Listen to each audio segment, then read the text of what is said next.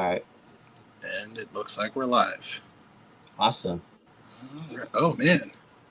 Oh look, it's Rob and All Rick. right. Oh 10 my god. seconds in. Look at all our fans. None. There's 0 fans, actually. Oh, wait. Uh, There's 2. there's two Oh, people, yeah. man. All right. Let's just kick this off. All right. Good evening, good afternoon, good morning, everybody. I am in Japan. Ryan Bartoletti, uh, artist for RBGunplaworks, and my co-host. Jerry Brioche, aka FrenchBreadBuilds. I'm in the States here in New Jersey, and I'm not an artist. I don't consider myself one, but yeah, I do kits. Oh, man. Hey, we got lots of people joining in now. Yeah, I guess we can do a little chit chat amongst ourselves as we get a little bit more people. Yeah, we can. Oh man, there's already 3 more people than I thought would be here. Ooh. Pressure's on now. Mm-hmm. Mechanical art. That's me. Absolutely. How's everybody doing tonight? Man. I know. Now they're just laughing at us. Oh, I know. That's okay. Let them laugh. I know. Rob is in the midst of a hurricane, or in the way of a hurricane, or something like that, out there in Texas. Yeah, over in Texas. Wait, did I just dox him? Sorry. I don't know. Oh man. All right. Well. Oh, thanks, Brandon. I am handsome. Oh man. Really? Oh, looks like we have some activity coming in from Facebook. Facebook, yep. Yeah. Very nice. Very Dang, nice. look Very at that, nice. look at Look that. at that. Wow, we really appreciate the show up, guys. I can honestly say I had no idea how this was going to turn out, but starting off pretty good. All right. So for the new people, Ryan and I gave our very, very, very brief introductions, and I guess I'll start off again. I am Jerry Brioche. I run FrenchBreadBuilds on Instagram. I'm located out here in beautiful South Jersey. I won't get any more specific because I don't need you guys to show up at my house. But I know where you live. That's true. Well, I can give them your address, right? Oh. They can have better luck getting here, actually. Oh man. But yeah, so Ryan, I'll let you briefly introduce yourself, and then we can talk about what we have planned for tonight. All right. So again, my name is Ryan Bartoletti, owner for RBGunplaworks. I've been doing Gunpla for probably religiously since 2014, but I got introduced to the hobby when I was a young kid in the early 2000s when Gunpla was first starting out in like Target, Toys R Us, and like small Asian shops here and there. So it's been almost prevalent for my whole life. But I'm also living out in Japan, the motherland. So a lot of people are already jealous of that. Look at that. You are, and I've been taking advantage of your strategic location in Japan for pretty much since the second you moved in. But for me, let's see. So my whole journey with this stuff is a little bit more nuanced. I grew up doing those old school Hasbro / the card Tomy wind up Zoid model kits, and I love them. There was like a discount store not too far away from where I grew up, and they always had them for some reason, and they were cheap. So my parents never got annoyed when I was like, hey, I want you to go and get me this, and like it was one of those things where if I had like $20, I could walk out with the Berserk Fury. So it was it was a good time. And then I want to say after that, when I was in middle school, a buddy of mine was actually really into Gundams like past what was on Toonami, which was pretty much my experience with it, and maybe some of those old action figures. But he was like, "Hey Jerry, I'm going to order some of these kits from eBay," and it was from eBay because my other hobby is sneakers, and we used to order a lot of sneakers from eBay.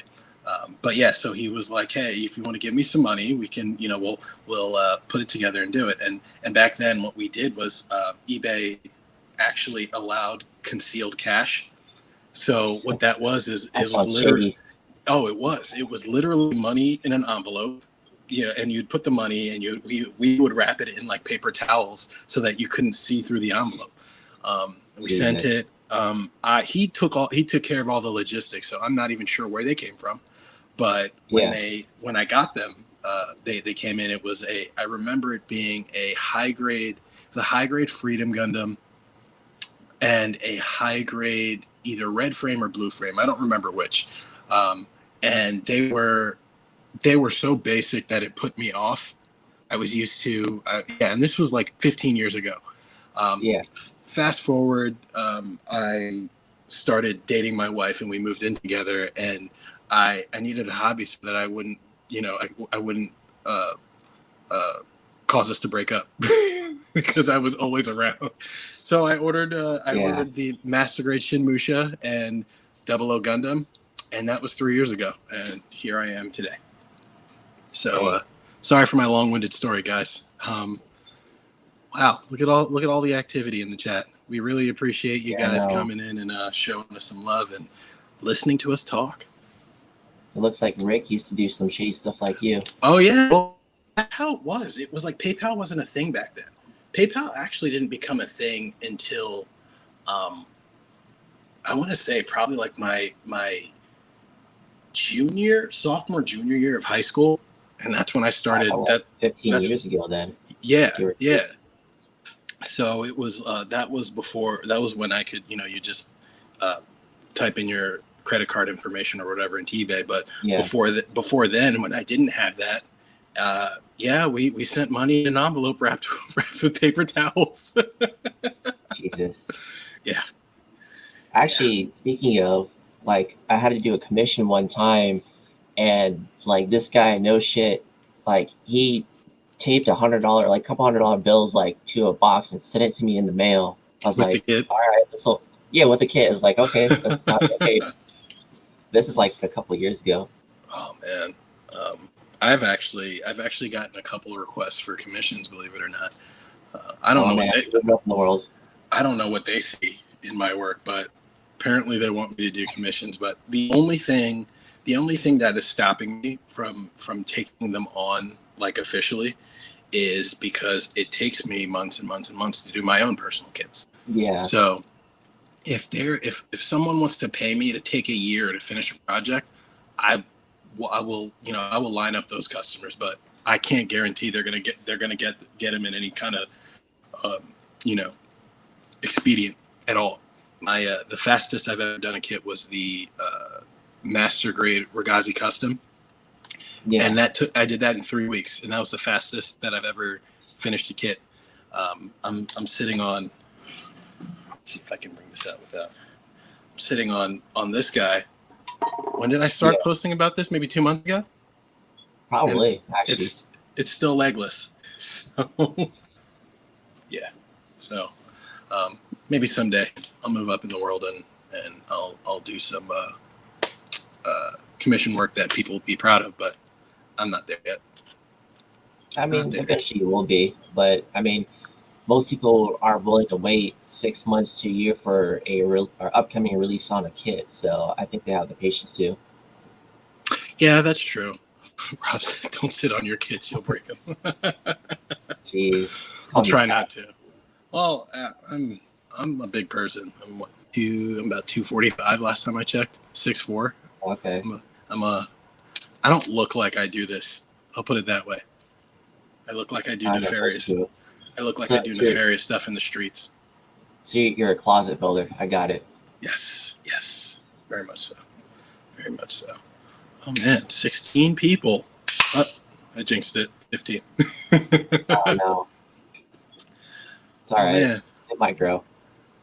For everybody in the chat that is just joining, hi, thank you for joining us. We're just going to, we've got like a brief, loose timeline that we'll talk about some stuff, but by all means, we want to interact with you guys. I'm doing my best to keep track of these comments. This is actually a new platform for me, so I'm paying attention to everything going on, or trying to keep up. My Moon Gundam doesn't have its psycho plates, and it's been 2 months. Oh, Brandon's too busy buying kits than actually building.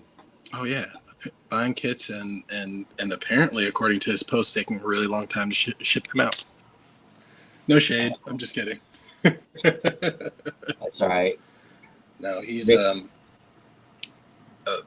Brandon's actually doing with the Gunpla Hermit Shop. He's actually doing a really good job servicing that in the States third-party market, because as much as I love GMC, it takes sometimes forever to get stuff from them. So with all this coronavirus stuff, there's not really, it's good to have a U.S. source. Yeah. Backlog life is real. Yeah. Backlogs. How do you feel about backlogs? Sometimes it can be a status symbol where you have X amount of kits and you can actually show it off. But then it's also to the point where it could be overbearing for the builder too, to even accomplish everything, because it continually grows. Absolutely.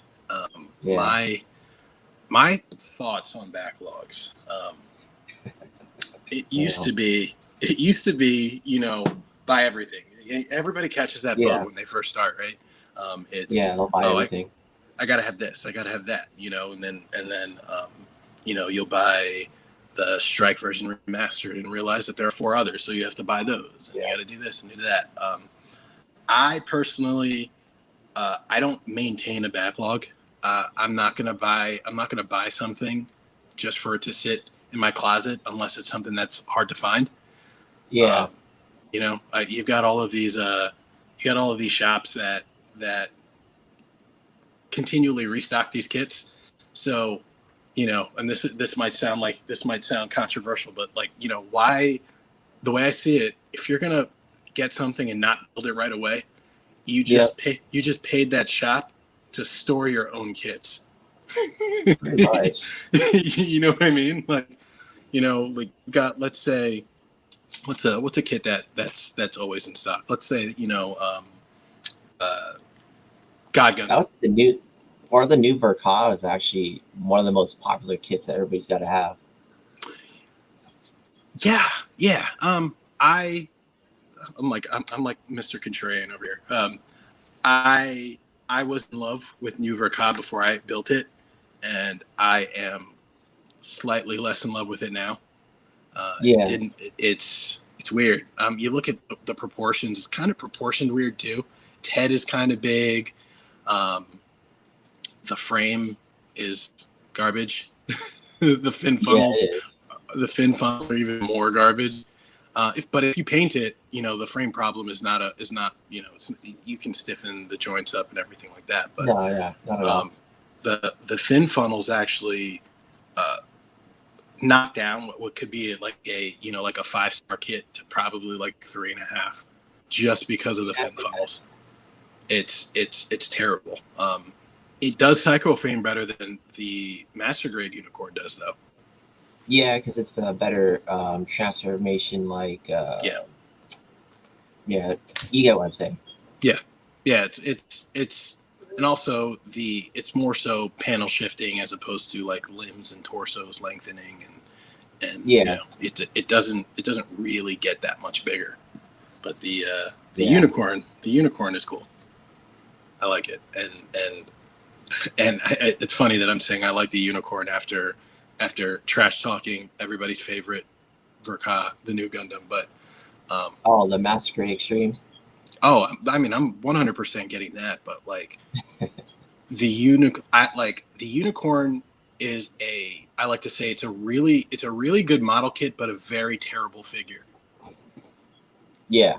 You know, because I actually watched the anime before building it, and I remember putting everything together, and I was like, oh wow, that shifts like it does on screen, and that the head, you know, opens up, flips in just like it does on screen. And as like an engineer, that I appreciated that.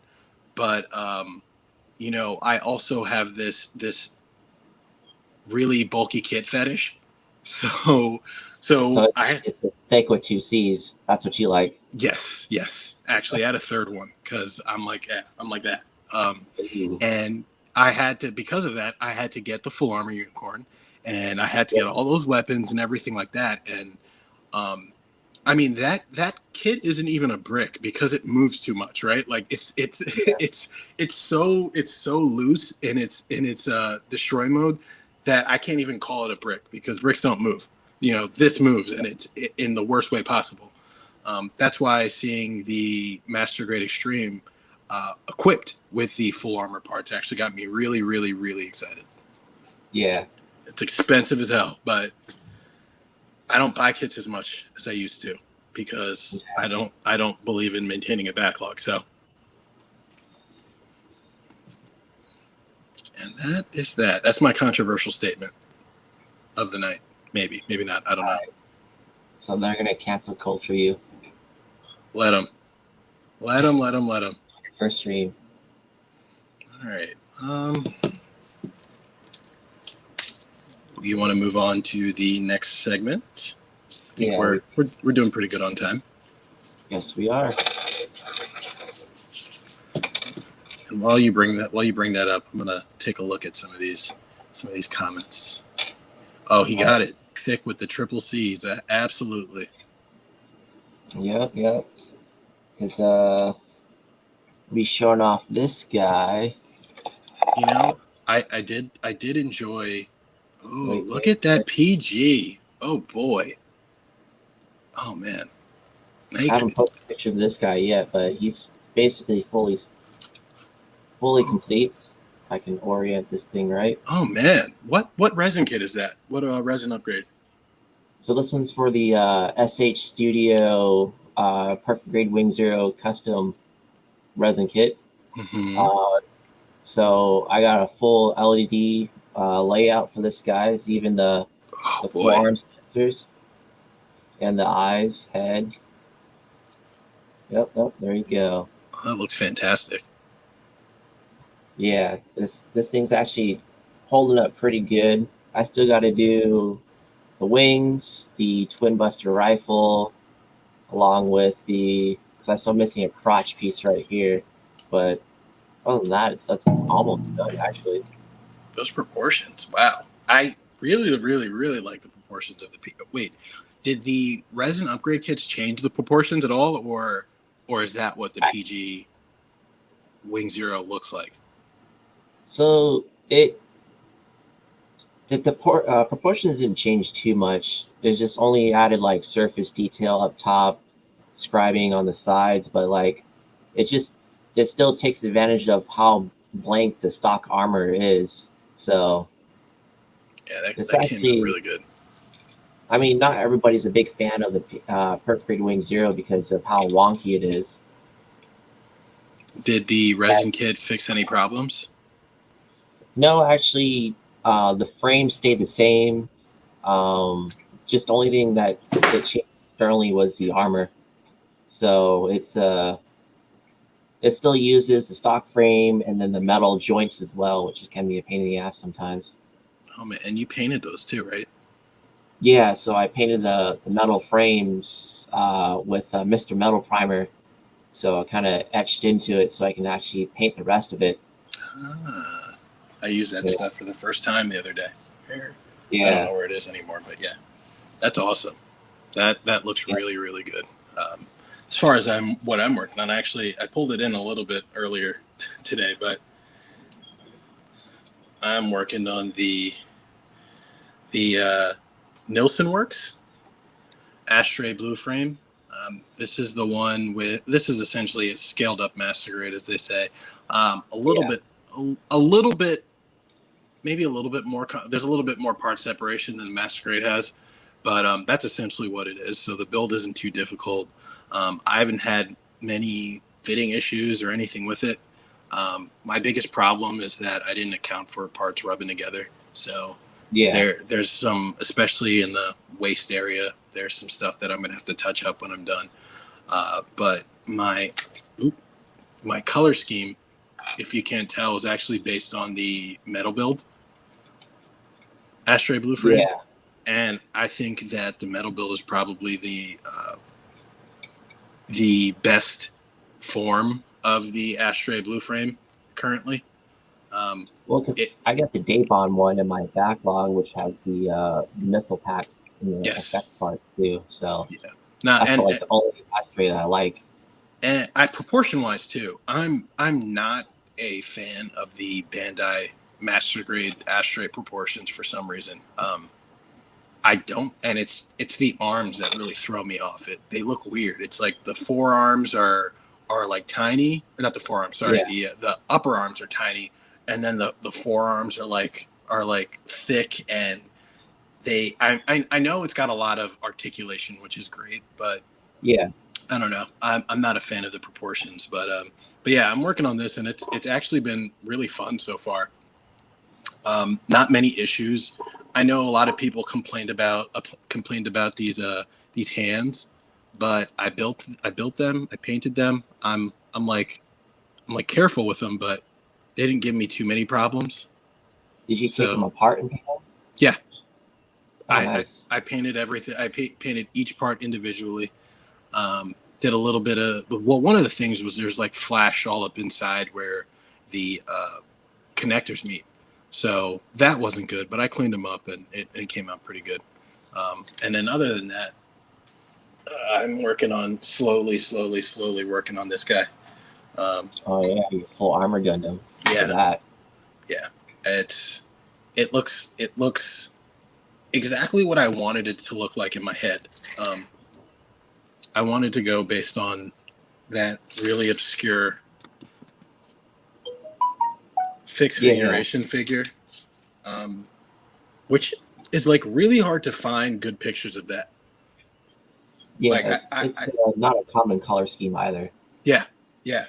I don't know, for whatever reason I like blues and I use blues a lot in my kits, but yeah, for whatever reason I was like, okay, I got to do it this way, just because I didn't want to copy the green like the demonstration art that they had, but like I wouldn't know how else to make that green and not have it look like that, because they really did it really well. So that's true. So I decided to go the blue route, and you know I was in your inbox every 10 minutes asking about how do I do this and how do I do that, and is this a good match? Is this a good match? Hey, can you send me all these blues? I think I ordered maybe 4 or 5 different blues from you. Yeah, you have actually. And none of them actually ended up making it into that kit. Oh no, that's a lie. Actually, I think 328. Was it Mr. Color 328, which is like a really dark blue. Yeah, I used that one before. Yeah. So it's it's coming together. Thanks, Ace. Yeah, I hope that I can do it justice. The idea that I have in my head is pretty specific, but and it might take me until 2021 to finish it. But hey, it's here. I'm going to do it. And if you are looking for obscure, I don't want to say they're obscure. Amazing Cast is kind of like medium level, like hype right now, right? Check out the Gunpla Hermit Shop, because that's where I got this. And he's constantly, kind of, one of the things that he does is like he essentially asks people like, hey, do you want this? Do you want that? If out. Yeah, exactly. So check out a shop. There's a lot of resin, like the what is that Leo kit called? The like the refrigerator Leo or something they're called groceries. Or you talk about their conversion kit, right? Yeah, for the Tallgeese. Yeah, so it's uses the Toggedy's frame, but then the company is called Groceries, but it used to be Groceries. called There you go. yeah, they used to be called a concentration camp.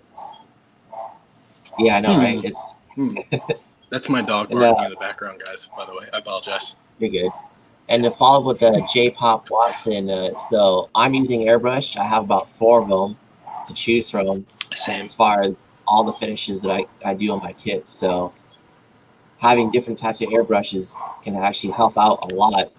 Because I got one for base color, top coat, primer, and then fine detail work. So that's why I don't want to intermix all my paints, especially when using top paints. Absolutely. That's probably one of the things that I learned pretty quickly when I started painting. And it's probably one of the things that cut down my work time from like 6 months to 3 months, in terms of a project. Especially when I was working with acrylics, because one, there's no real good way to be able to clear out an entire airbrush of an acrylic paint without really, doing a deep clean.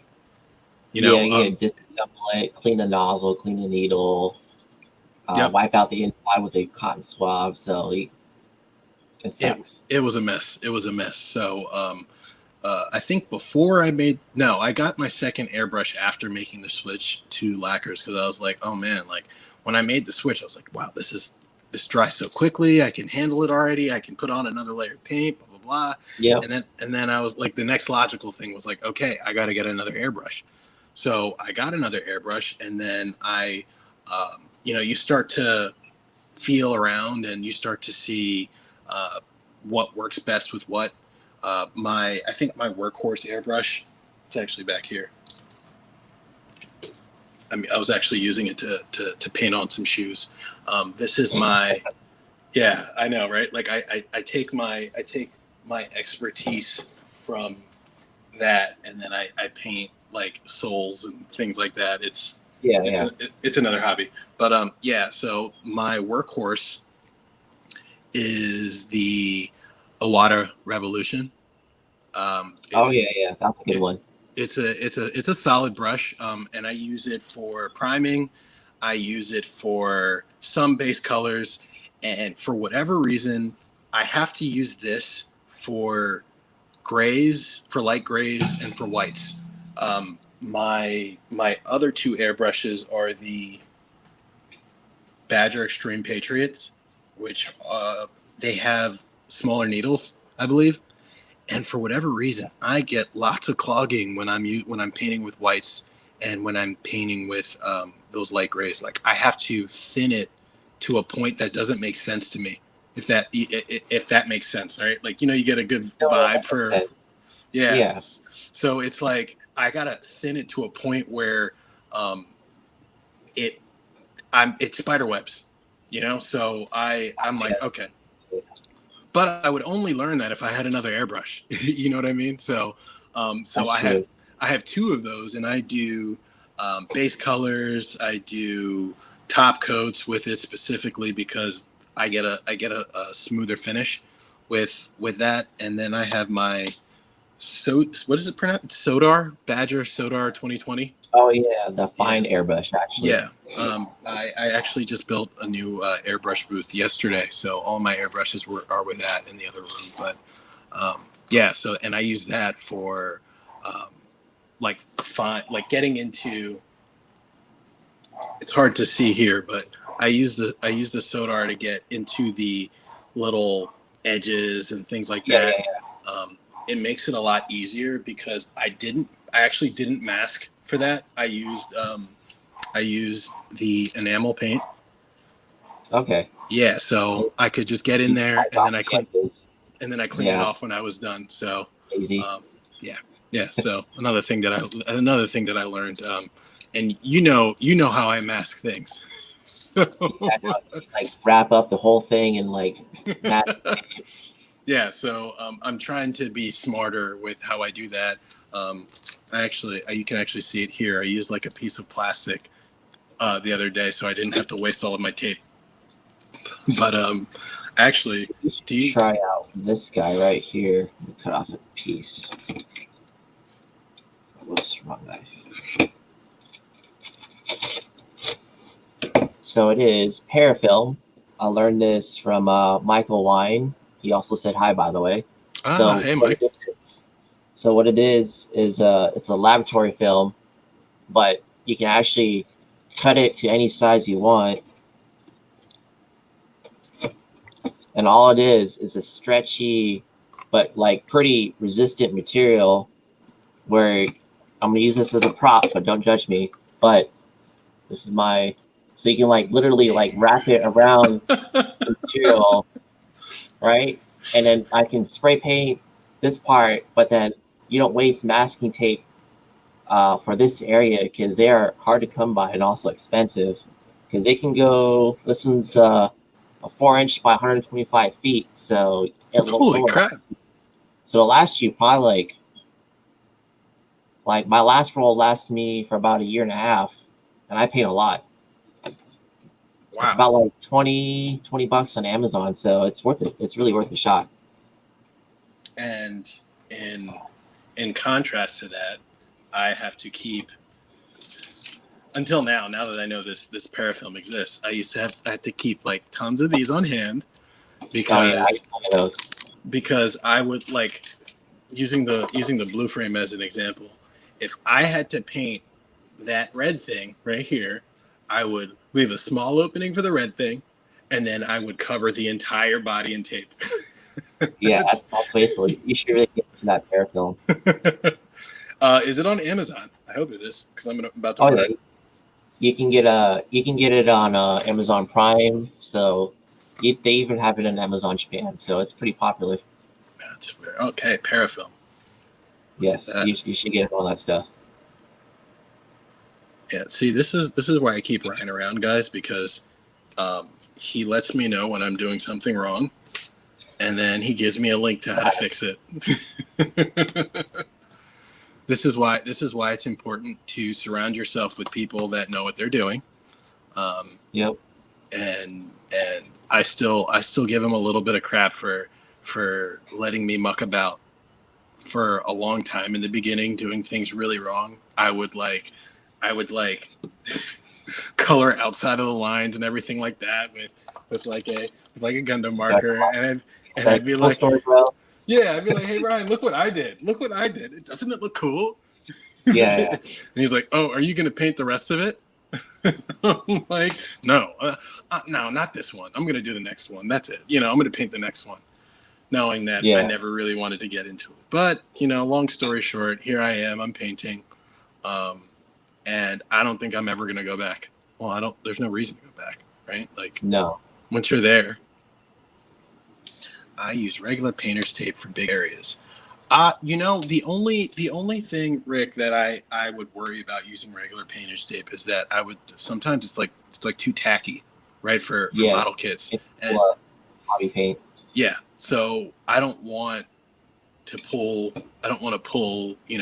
paint up, and I sometimes do that with regular Tamiya tape. So painter's tape scares me a little bit, and I did use another way to combat it is that every time I do my base color, if I intend to do some color separation, then I'll do a gloss coat to help with the easy removal of tape as well. So that helps a lot.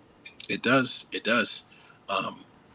And you just got to kind of be mindful of the geography of or the geometry, I should say, not geography, the geometry of what you're doing, because they're just like areas like corners and stuff like that are just more prone to peel. So, if you can avoid that, avoid it.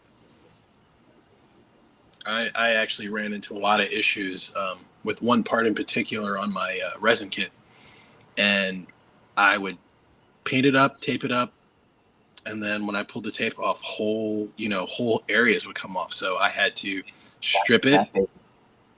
What'd you say? Oh, I know, right? Yeah. Very sad, very sad. So Chris, this is where the cool people hang out. Absolutely. Wow. Absolutely. He's making fun of us because recently he got interviewed by Zaku Aurelius. So he's fancy. Oh, he's a fancy man here. Tell Zach to come hang out with us. I want to talk to Zach. I like Zach. Not that I'm not saying that like I don't like you, Ryan. I want to talk to Zach. Yeah. See, you're just using me as the bait so you can move on. bigger and better things. Yeah. Trust me, there's nothing bigger and better than you. Wink. Oh. Anyway, let's move on from our love affair. I have no idea what you're talking about. He does know. Oh yeah, he does know. For Cargay? Large areas. Oh, he must have fingered it. Oh, there you go. For large areas, yeah. I'm gonna start using the parafilm for sure. Come on, it's good stuff. Look at that. And it's safer. Look at that. That's perfect. It just clings, so that way it won't fall off when you're painting. And it's not like abrasive or anything. No. It won't peel up anything at all. It's just think of it as a fancier version of cling wrap because you can still stick it to each other, but it won't peel up anything, and it's very gentle on paint because all it does is just hug each other but not stick to the surface. Perfect. Yeah. So you guys, if you want to get premium quality content like that, subscribe to my OnlyFans. Just kidding. Okay, you'll make $2 million in one day. Oh man, I will break that record. I will break that record. just using parafilm. I mean, pretty soon you might have to sell like used thinner so people can use it on their own paint now.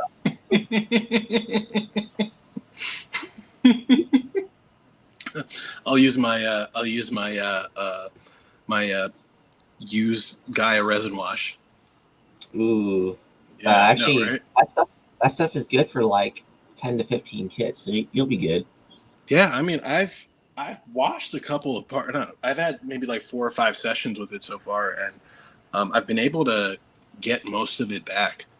I actually spill more. I spill more trying to get it back into the container than anything else. Yeah, I feel you because I got to use the funnel for my stuff. Yeah. So for Rick Lee, you can get parafilm on Amazon. It's on Prime. You can also make Jeff Bezos more rich. Just as FYI. I pay him every month for my Prime membership. Unfortunately. Yeah. But I'm gonna be real. I use and not to be like anti anybody. Like I go to my local hobby shop all the time, and I'm one of those people that I see an actual value to convenience. So like I'll pay $1, $1.50, $2 more or whatever for a single item if I can just drive there on my way home after work. But like there's some stuff that like I can't get anywhere else. Like I needed an LED strip for my Artie Station airbrush booth because this one didn't come with any lights. So I ordered it on Amazon maybe 10 minutes before we got on, and it'll be here tomorrow. So Yeah. So but death to Amazon, death to Jeff Bezos. I think that's pretty much. I think that's what we want. No, that's not what we want. No threats. I'm sorry. No. Oh, this is getting this conversation is getting spicy. Andrew, I know, Andrew Young. Oh man, he butchered that. That's little A, but by the way, called Little Andrew. Little Andrew. But anyway, yeah, because we got a whole Chris Pab's fan base going on because we got people commenting about his stuff while we're talking about our stuff. Oh man. I know, I gotta ban that guy. He's trying to steal our thunder here. He is. He's trying to like shoot his way in for his own channel. Oh man, I see what he's doing. I'm actually a secret admirer of his from a distance. Get too close to him. I do. I'm like, let me go check his page to get some ideas. That's after that's actually after I fill your inbox with my questions. Oh man, so I'm just seconds to you. No, you're first. He's seconds. Oh yeah, sorry. He's 30 seconds. Yes, there you go. Ah, look at that. It's USA Gundam Store in the house. Yeah, Adam Ryan. Oh man, we're really We're really man. This is the pinnacle right now. Yeah, I know, we got right? the top dog. Yeah, who needs Chris? We've got the head of Gundam in the USA here. His store is called USA Gundam Store. I mean, he might as well be Amuro Ray. I can't get more American than that. Yeah, I know, right? Oh man. Okay, so I think it's time to move on to our question and answer segment, or have we already started that? We started a little bit of it, but there's a couple of others that we can try. Okay. Well, so for anyone that isn't aware, we did like a Google Doc maybe like a month and a half ago, 2 months ago, where we collected questions that you guys wanted to hear us talk about kits and tools and et cetera, et cetera. So we chose probably about 10 of them, right? Maybe a little bit less. About 10 of them, give or take, because we've been answering a couple of the same ones that were brought up already. Yes. So we answered some of those. We want to answer them, talk about them, have a discussion with you guys about them. I'll give my thoughts. He'll give his thoughts. We may not agree. I don't know. We haven't openly in detail talked about a lot of the stuff yet. But no, not yet. But that's what we want. We want a conversation. So feel free to light up the comments with your opinions, and we'll talk about them. Yep. So Ryan, you're going to be the question master. Oh, yeah, all right, cool. I got that open anyways. There you go. All right. All right. So this is one of the first questions that I picked. What's the best brand of paints to use and the ratio of paint to thinner? So it's almost a two-part question. Okay. And yeah, it is, because there's actually a lot of brands out there, but then usually it's balanced between if you are an airbrush user or a rattle can user or even a hand brush user. So I'm just gonna go ahead and speak from my experience, or my primary experience from airbrushing, is that I've been using lacquer-based paint and along with enamel for reverse washes. So Mr. Color, drawing a blank, Gaia has like Nazca, they have the Ava line, they have the Votoms line. They have like separate colors and shades that you can go by, even with the virtual on colors, which not a lot of people know about because it's all stuck in Japan, unfortunately. Yep. But as far as enamels go, I used to use testers while I was stateside, but now that being in Japan, I can go ahead and use Tamiya enamel paints, which is like 100 times better than testers because I know, right? This stuff. Yeah. Oh man, I'll let you talk, but I've got so many good things to say about it. But yeah, because testers, like it takes, like when I did reverse wash on the Sinanju sleeves, it takes like a million years for it to even like dry or cure. Versus Tamiya, I can go ahead and like lay it down. It behaves like almost like a lacquer paint where it'll cure in like 10-15 minutes and be safe to handle. You can go ahead and do your reverse wash on the spot. So it's pretty good because you can pair it with because Gaia has a quick drying solvent. Oh, there you go. There you go. Yeah. Which you can't find anywhere in the States, but nope, you can't find it at all. But for the most part, like whenever I do base colors, primers, top coats, or even enamels, my thinning ratio is 1:1. So it kind of keeps it the consistency of that 2% milk that everybody's been like taught to use. So but then you also go down towards different types of thinners where Mr. Leveling thinner is great for like gloss coats.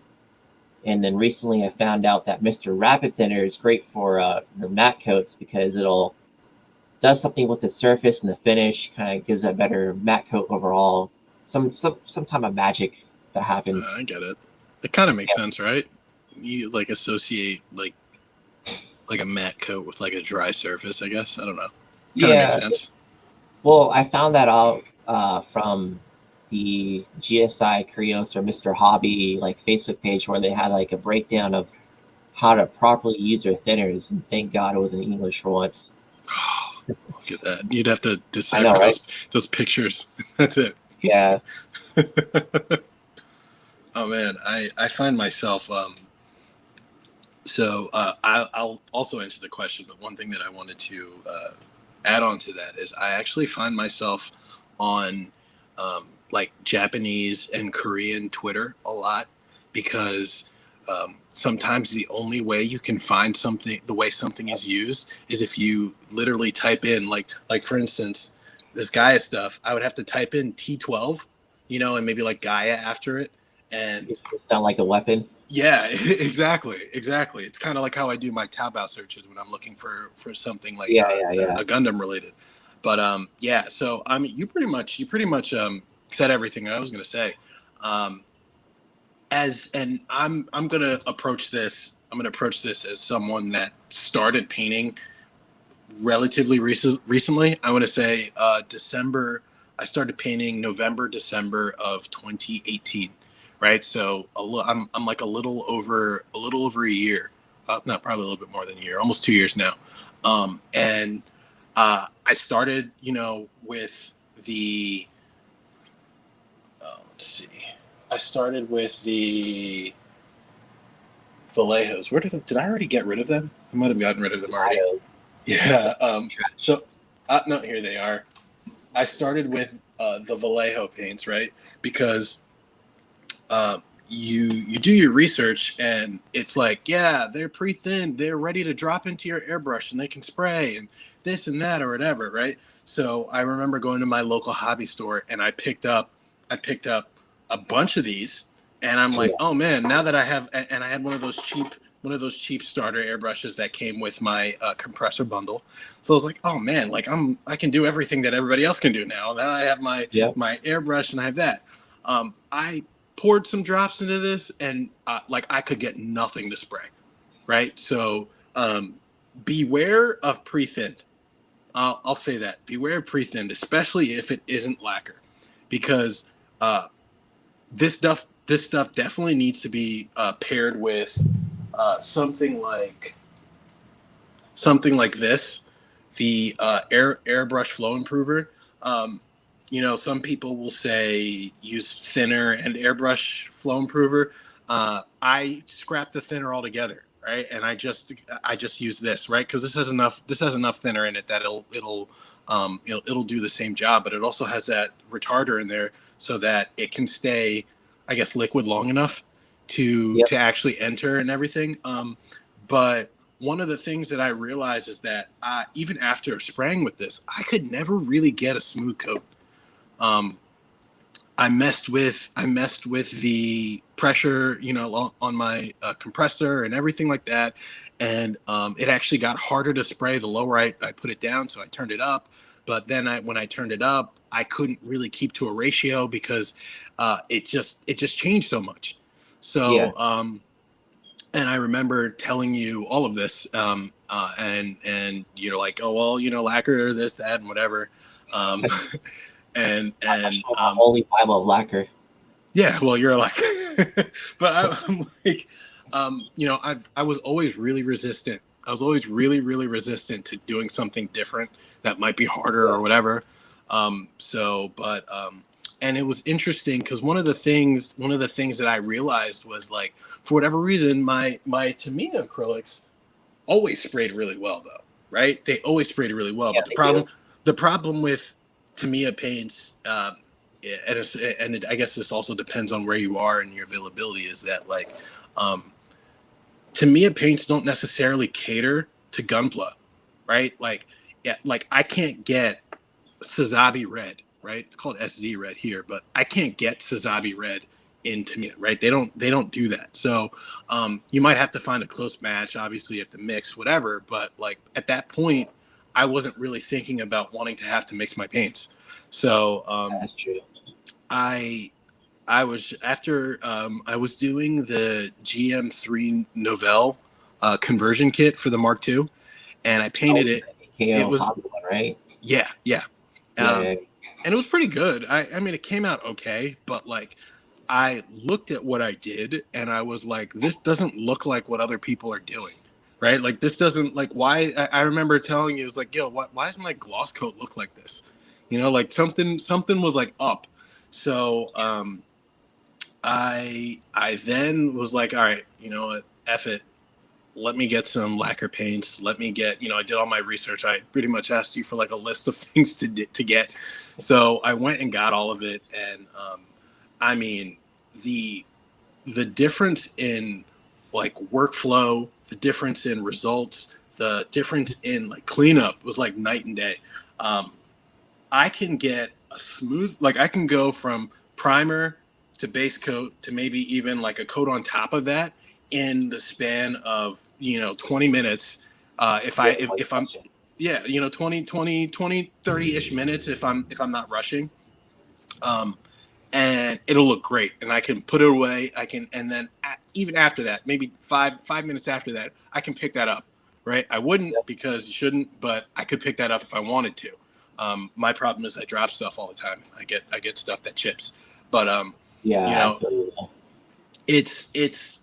I mean, I remember with the GM3, like the problems that I had, because I would have to prime, wait a day for it to dry, then I would do another layer and I would mask, right, and then I would take off the masking, and then a whole layer of primer would just come right off. It was like all that work for nothing. Yeah, exactly. So and because it's these, like, I guess they're water-based acrylics, right? Yeah. These water-based acrylics, like, they dry more like a film than anything else, right? If that makes sense. So it's like, it's not like it's not a coating. It's like a film. So if you're not like careful, it just all peels off, and like, I'm not here like disparaging anybody that uses them and gets good results. I just couldn't get it to work. And I've gotten better with it now, but it's like, why go for the acrylics when I can just use lacquer? So that's true. So to your point about enamel, I also started with the Testors enamel, and it is not fun to use. It's thick and sticky, and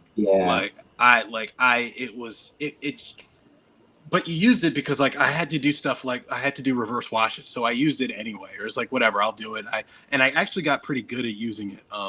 But like, I'm also one of those impatient people, so I would wait like 2 hours before I pick it up and start trying to handle it again, and that thing, and it retains like fingerprints and things like that. It's like, it never sets right. No, it's like terrible. And then you told me about how good the Tamiya enamels were. You told me about the quick dry, or the quick drying stuff from Gaia. And I'm never going to switch back. I'm like doing reverse washes in like 20-25 minutes now. And it's like fantastic. Absolutely fantastic. I'm going to have to take a whole bunch with me when I move back stateside. So Absolutely. I mean, you might as well open up a shop. Just bring as much as you can. Start sending them to my house so that I can keep them in storage for you. We didn't talk about this yet. No, I'm just saying. If we want to help the community, right? Oh yeah, sure. But yeah, that's kind of where I'm at. There are advantages, though, to using acrylics. One is that they're not as toxic as the lacquers are. You need a respirator. Yeah. Lacquers and lamels. Although, if you, I'd say they're probably not toxic in their unthinned form, like this. But like, when you start throwing stuff like this in there, at least you aerosolize it, so like it gets in your lungs and all that stuff. I mean, I can go outside right now and get cancer, so it's okay. That's true. All I'm saying is that if you have to, my rule of thumb is, if you have to thin anything, you should use a respirator mask. Pretty much. True. So, But yeah, like I said, it does have its advantages, but I use a respirator mask. So I'm not. It just doesn't make sense for me to do that. And with lacquer lacquer pants, lacquer paints. You can. I mean, I airbrush or I hand paint, and I don't do a lot of hand painting, but I hand paint with the same paints that I airbrush with. I just recently hand painted on my resin kit. I hand painted with the Tamiya enamel mixed with the quick dry stuff. Yep. Fantastic. I don't think I've ever hand painted a coat so smooth before in my life. It was, I mean, like you could watch it. You could literally watch it self level. Fantastic. It was absolutely fantastic. That's like taking the hobby to a whole other level. So that's like some our stuff. Oh, absolutely, man. It's fantastic. And to summarize, lacquer paints are the shit. That's where it's at. I like them. Gaia has such a wide variety of paints. Even more, to be honest, I love Mr. Color paints. I do. And they have lots of great colors, but as a brand, Gaia is just doing it. Like they're my favorite paint. You know, and just like when you jump from their basic colors to Nazca, and like you just recently put me onto these virtual on ones. Right? Yeah. You know, like the what is this? The paint hidden in the leaf or something like that. Probably, I don't know what it's called. Well, because Gaia has the they cater to a lot of the I would say like maybe anime based or like TV shows for color wise, because Tamiya and Mr. Color, their original like basis was for like model aircraft, tanks, ships, like that type of stuff. Because that's you can see that's what they cater to. I mean, like I'm just looking at my shelf right now, and I have like 8 different grays from Tamiya, and they all have the same exact lid, but I swear they're different colors. So. Yeah, I know, because like it reminds me of that one meme that I keep seeing about like from the scale model groups, is like where like a guy will have like he'll know what this shade of gray is versus like the 50 Shades of Gray, like making fun of like that book series and movie. Yep. Yeah. I probably jacked that up. Wait, on another note, Eric just asked you a question specifically because I have never come into contact with a Tamiya lacquer. He's asking, do you guys have any experience with Tamiya LP lacquer brand? I don't. The only lacquers of Tamiya that I've ever messed with were the spray cans. Yeah. So, because I haven't touched the Tamiya lacquer brand yet, but I anticipate that I will eventually, but I'd assume it's equally as good as most of their products. But then he also followed up with water-based acrylics are good with hand painting or like little detail by paint. Like, yeah, I agree, because there's some stuff that you can't even airbrush or mask properly without getting a little bit of hand paint. Because I faced that same issue with when I painted the pilot figure for the Wing Zero custom, even though it's on 1/60th scale. But still pretty small. Yeah, because I had to hand paint the hair and the green tank top at least. Otherwise, I airbrushed and masked the rest. So, I mean, for something that small, is barely noticeable. Yeah, I mean, even then for me, I'm not sure if I would choose a water-based acrylic. Right? Like, I would just hand paint with the Tamiya. Yeah, it depends, because sometimes if you choose the wrong top coat, the top coat can actually react with the underlying base paint too. You know, like dissolve. Because I remember one time where I used a rattle can top coat and I did Gundam marker panel lines. I sprayed too heavily, and the thing just it started to run. Yep. That actually, I realized that particularly with brown Gundam marker or whatever. I was doing a Fenice, right? Is it Fenice or Fenice? Fenice, I think. Fenice. Yeah. And Italian. That makes sense, actually. Yeah, so I was doing a Fenice, and for me, you got to use brown panel lining on that tan armor. And I did. And I remember even after, whether I coated it or not, it would just run and smear, and you get that red residue. Yeah. So yeah, exactly. So you do have to be careful of that. Yeah. But I'm this is a lacquer household, right? That's it for me. Mr. Color is great because you get those specifically those Gundam themed paints. Yeah. Actually, these ones just came in from you. But they're great. They're absolutely fantastic. So you don't have to mix. Oh, look at that! What's up, Faraz? I'm his favorite French, not actually French builder. That's true. I am that. But yes, yeah. What'd you say? I'm saying you can fold me. You can call yourself French. It's okay. All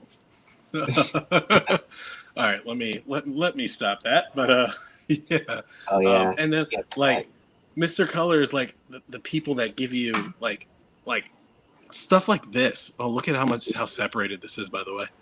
But that is gold right now because you can't even find that. Dude, I remember there's actually a story behind this. I have 4 of them because I was ordering paints on eBay because I couldn't find.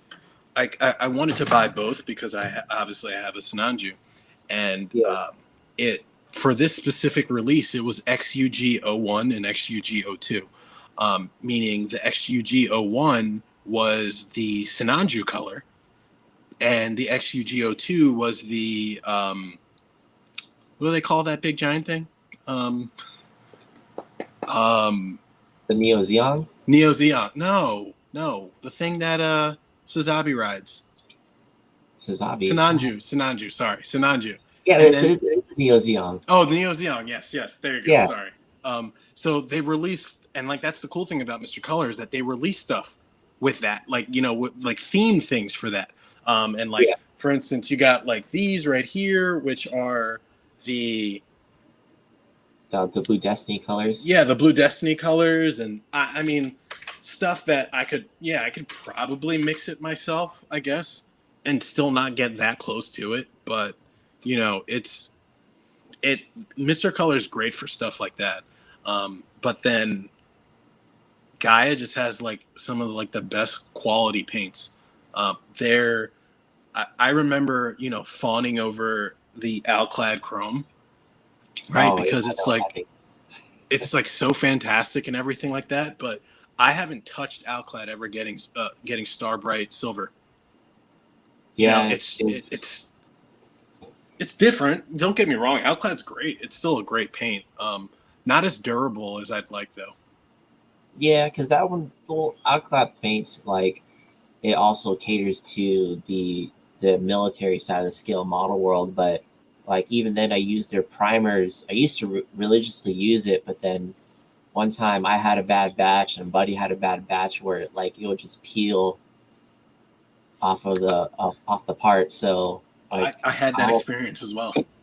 Yeah, I actually still have the first bottle that I ever bought, and I never used it. Before using hardware store lacquer thinner, I was using their airbrush cleaner, which was actually pretty good too. It literally cleaned everything. Yeah. So all right. Well, wow. We took up a lot of time on that paint. It's all good. Hopefully it's helpful information for everything. So I hope so as well. All right.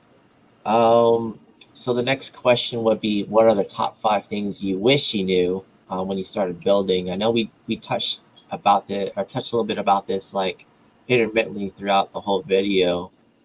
But honestly, I wish I skipped the stage where I went from Gundam markers to Gundam pens and then went to spray cans. I should have just skipped the spray can step because airbrushing is just so much easier, and how money effective it is overall.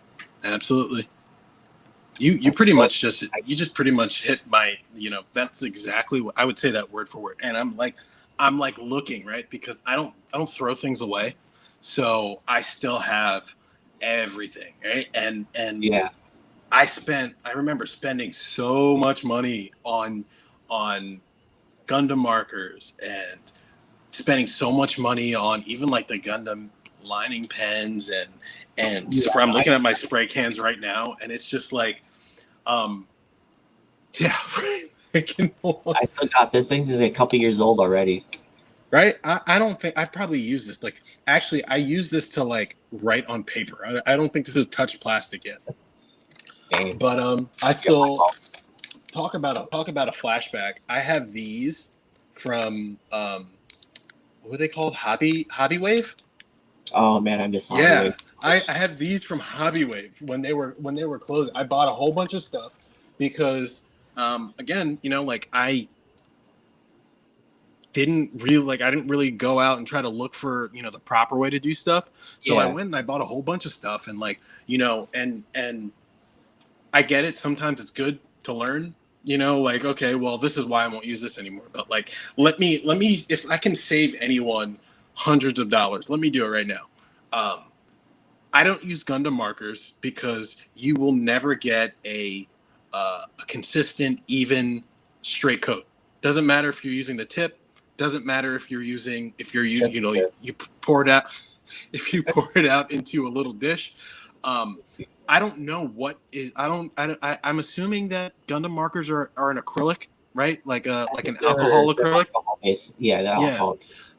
I don't know what it is about their makeup, but it, like, the way you can never get it to get each individual strip to dry at to the same color, right? So you'll see it. You can look at a build covered in Gundam marker and know,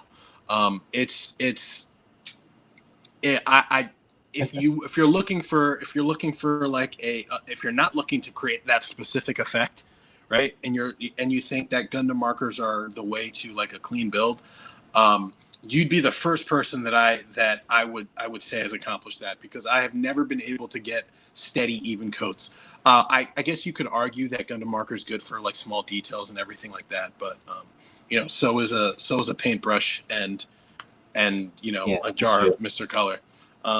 Aerosol cans. Moving forward, right? Like you're getting a step closer to airbrushing. Aerosol cans are a gigantic money pit. You can, it's like you have to spray like 6 inches away minimum, and that's after you lick your finger and hold it to the air to test the humidity and everything like that. You waste so much spraying into the air. I will never forget the one and only kit that I did with spray cans was an ashtray red frame that I wanted to turn into an ashtray gold frame, and I remember this one.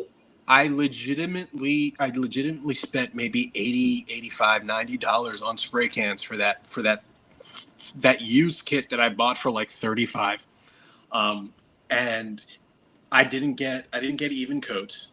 I couldn't. I mean, like, there was nothing I could do. I tried and I couldn't get even coats. It was like pimply and like spray cans have like the particle size is so large for some of them that I couldn't get, I couldn't get that image you see on Google of somebody's painted build, right? Like that was always the standard that I was trying to achieve. And I could never recreate that with the lacquer paint or the aerosol cans. Granted, it was better. It was still better than the Gundam markers, but I'm just thinking about it right now, how much money I sank into that. It was just like, it was crazy. It was crazy. So, and if you're using lacquer, lacquer spray cans, and I think most of them are lacquer, right? For the most part. For the most part, they're pretty much lacquer, unless like it's acrylic or maybe water based. But usually that's like for craft related items. But yeah, it's like like Ace Pilot Gunpla, he says $9-11 a can, which is true because that's like you can get a whole like a 10 millimeter jar of paint for maybe $3-4. Yep, and it'll last you. I mean, unless it's like a Sinanju, right? Like where you're using one color heavily. Yeah, that jar will last you forever. And like, and you say, $9-11. I remember buying a can of titanium gold Tamiya spray paint, which was like a premium one, right? Yeah. I don't know if I have it. I mean, it's essentially just like this, except the gold. It has a gold sticker, and it was $18 a can. It was $18 a can at my hobby shop. That's expensive. And I bought 3 of them. Dang. I wish I had your budget. Man, I mean, this is before I married my wife, and she had. Yeah. So she could she probably would have stopped me from doing that, but definitely not. Because Eric commented that if you spray 1 millimeter too far, it dries in the air, which is completely true because absolutely the thinner with the pigment, it atomizes, and it may not even touch the surface of the plastic. Absolutely. Yeah. And then going from there, I finally decided to get my airbrush, and it was a cheap airbrush, unfortunately, which kind of goes into my next point is like, don't skimp out on the tools if you can't help it, right? Like, I tell a lot of people ask me, well, what's a good starter airbrush? What's a good starter airbrush? What's a good starter airbrush? The good starter airbrush is the airbrush you would buy if you weren't starting, right? Like if you were, if get the airbrush that you're going to use, that you would use if you're going to pick up airbrushing, because it is, the difference is like night and day. I had a, I probably threw it away now, but like the starter airbrush I had was definitely like a Neo clone, like the Iwata by Neo clone. It was a clone. And it had this at the inside of a cup, like you see where, I don't know if you guys can see it here, but on the inside of a cup, most airbrushes actually like it like cones towards the hole. This one had like a basin at the bottom where it was flat, and it had like the paint would just settle flatly. Well, that's so weird. Yeah, and then not only that, the bottom of it had a lip that then went into the thing. So you could never empty the cup by spraying. So you wasted a lot of paint. It was terrible. And then I broke it probably halfway through my first painted kit. So that's when I did my research, and I just ended up buying the Iwata. And the Iwata is fantastic. It was a really good kit, or a really good airbrush. I still use it today. It's my workhorse. I'll say that I prefer Badger airbrushes now because just for like ease of cleaning, and that torpedo nozzle is so much more user friendly than the. Are you talking about like the floating nozzle where it just separates instead of. So like the Iwata HPCS has that floating nozzle. Oh, does it? Yeah, because that's my main workhorse for an airbrush. I mean I've actually started to the point where I didn't really want to be bothered by my cleaning my Iwata. I actually started used priming with my Extreme Patriot, and it actually came out pretty well. So even with the Mr. Surfacer 1000, which is a pretty thick primer. So I don't want to make a habit out of that, but it did work. So that's my other thing. Buy the tools that you need. It's rare that you can find something, like you can put something together that will outperform something that was specifically designed to do that task. Hey, what's up, Adam? Yeah, it's very, very, very, very rare. And you can try, you can do it. It's just like me when I was doing my resin kit, where I was trying to I was trying to use a thin scribe when I should have been using a chisel, like a thicker. Oh yeah. And yeah, and it's just like no, like it was not designed to do that, and I shouldn't be, I shouldn't be trying to force something to do something it wasn't designed to do, right? Yeah. So, it's that, that's where I'll tell people, don't waste your money on building up this backlog, right, of kits that you can literally buy whenever you want. Don't waste your money on tools that you're gonna not tools but like supplies that you're gonna outgrow, and spend that money. Exactly. Like I use my Gundam marker to sign a check lately. Like that's what I'm using it for. But and like that's my thing. It's just like take that money and buy the things that you need to do the job that you need to do, right? Like I don't know who Mobile Suit Mechanic is, but he is here, bitch. That's Micah Colson. So he's one of my bays, I guess, if you want to call him that. Oh. Is this a secret model kit relationship? No, he just abuses me and my position in Japan to get him some stuff. That's all. Oh, recently, I sent him the SH Studio Perfect Grade Goof Custom resin kit. So. Ooh. Oh, so I guess me and him are Eskimo brothers. Or tunnel buddies. Oh, there you go. We'll be inclusive. Yeah. Oh man. But that's pretty much. What else is there that I regret? Not regret, but like I kind of touched on it. Like backlog building. Unless you have the money for it, when you have no issue. And I know people that have no problem filling up a basement with kits, right? And if that's not an issue, I know plenty of those. Yeah, so it's like fine, that's do that. But like if you have 100 kits in your closet, but are saying that you can't buy an airbrush, or it's too expensive or whatever, then realign some stuff.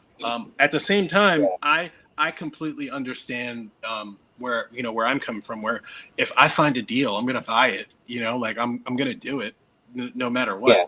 Yeah. If you've been following my Instagram page, I've been stacking up on Mechanicore kits lately, and yeah, there you go. I'm actually after we get off here, I've got a deal to make on one actually. So I got another one coming in, and I got one coming in tomorrow too. But if for stuff that is hard to find, P Bandai and all that other stuff, yeah, absolutely. If you find a good deal, keep that. That's I wouldn't be shocked to see backlogs of P Bandai kits. That makes sense to me, especially if they're not readily accessible. But yeah, that makes sense. But filling up your closet with Buster Gundam and what I mean, stuff that is always going to be out there. Wait, it's not productive. Or you can be like me and stock up on tools and kit. Oh, absolutely. Yeah. Hey, man. He's working a lot, so it's okay. That's essentially how I am. Like I said, this blue frame right here has been sitting here for just like this since I posted that picture, and it's probably going to stay that way for a couple of weeks because I don't feel like touching it again. I want to work on something new. Yeah. But that's I'll follow up with Ben Jackson. So he's one of the moderators for our Gunpla, the subreddit. So he's asking for a Secret Santa. So sorry, you're mine again. I know, right? I gotta have Jerry 2 years in a row. But it's all right. He'll send me his wish list. I have access to it. There you go. Yeah, everyone participate. Start posting now. What's the you have to? Is it 6 months for to be eligible for Reddit Secret Santa? You gotta be at least, I think, 6 months or longer. I think April 1st is the cutoff line. But right now, the moderators of our Gunpla is kind of deciding of how to go about doing the Reddit Secret Santa because COVID. Yeah, because I can't pull a kit off of my backlog and then send it to you because I can like fire on it, give you pink eye, and then like that's the end of the day. Yeah, that makes sense. Well, I mean, you guys can work with a lot of those shops sign up to help like just make it drop ship kind of stuff. Yeah, because they're gonna be the one stipulation is to instead of pulling from your backlog, you have to like ship directly from a store, whether it be Amazon, USA Denim store, but but like how should I say this? It'll be region locked, so where you can't do international because of the shipping delays. Oh, yeah, that's true. Ben, you're right. You shouldn't join. You shouldn't join Secret Santa or join that subreddit just to do Secret Santa. Absolutely, that 100%. Yeah, the vetting process for that is like the moderators will go through the user history and see if they're like a viable candidate. But if you are a prior Secret Santa participant, then that usually you're good to go. It just depends. But it might be smaller this year because of the coronavirus, along with people not having enough income to participate. So that's understandable. Yeah, it is. I get that. Are you going to do like a side pool where people can donate stuff and people that can't like actively participate might be able to get stuff possibly? Well, usually the only time that ever happens is if we have a Scrooge and somebody does not provide a gift at all. So then we'll have a backup gifter to help the community out for those who got stiffed. Oh, does that happen a lot? Very rarely it happens, but it does happen. Oof. I remember I think I started posting. It's funny, right? Because I got my first kit, the first two kits that I was building, the Shinmusha and the 00 Gundam 7 swords in May. Yep. In May, that's because that was my birthday was, and I treated myself. And that's when I found out about, and I'd been posting pretty regularly at that point. And then I found out about the Secret Santa, and they're like, "Sorry, you had to be posting in April for it to count." Yeah. So that blew, but I've been participating ever since. So it's good. I'm a fan of our Gunpla. Overall.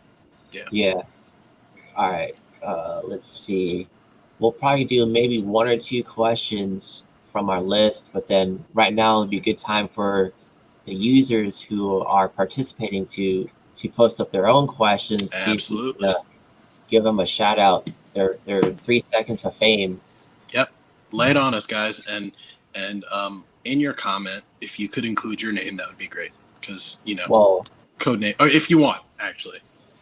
Their stage name. That's true. That's true. All right. Well, I guess there's a little bit of a delay, so we can ask away, guys. Ask us something. Ryan will probably answer it because he's better than me. All right. So here's a good question that was given to us: is are there any good ways to save money in this hobby? Because it's almost a double-edged sword to where you have to be vigilant in seeing who has the best deal, especially stateside, because you got major competitors. Now you get like of all places, Hobby Lobby is joining the game, where they get like 40% off of their with those 40% off coupons. Yeah, I know. Yeah. I've got a Hobby Lobby about 20 minutes from me, and I still haven't gone there yet. But I am actually saving money because I'm not buying kits the same way that I used to. Yeah, that's also true. Self-control. Yeah, well, mostly those because like I've got stuff like the Elin Castricia that I would spend maybe what I would spend on 5 or 6 kits on one, and so I also have to plan for, and that's like the tough part, especially with the third-party stuff. A lot of that especially on the upper end, it gets really, really, really expensive. Yeah. So, but another good way to save money is to just paint your kits. It's going to take you, like you will spend the more time you can spend with one specific kit, the less money you're spending on buying more to replace it. Yeah.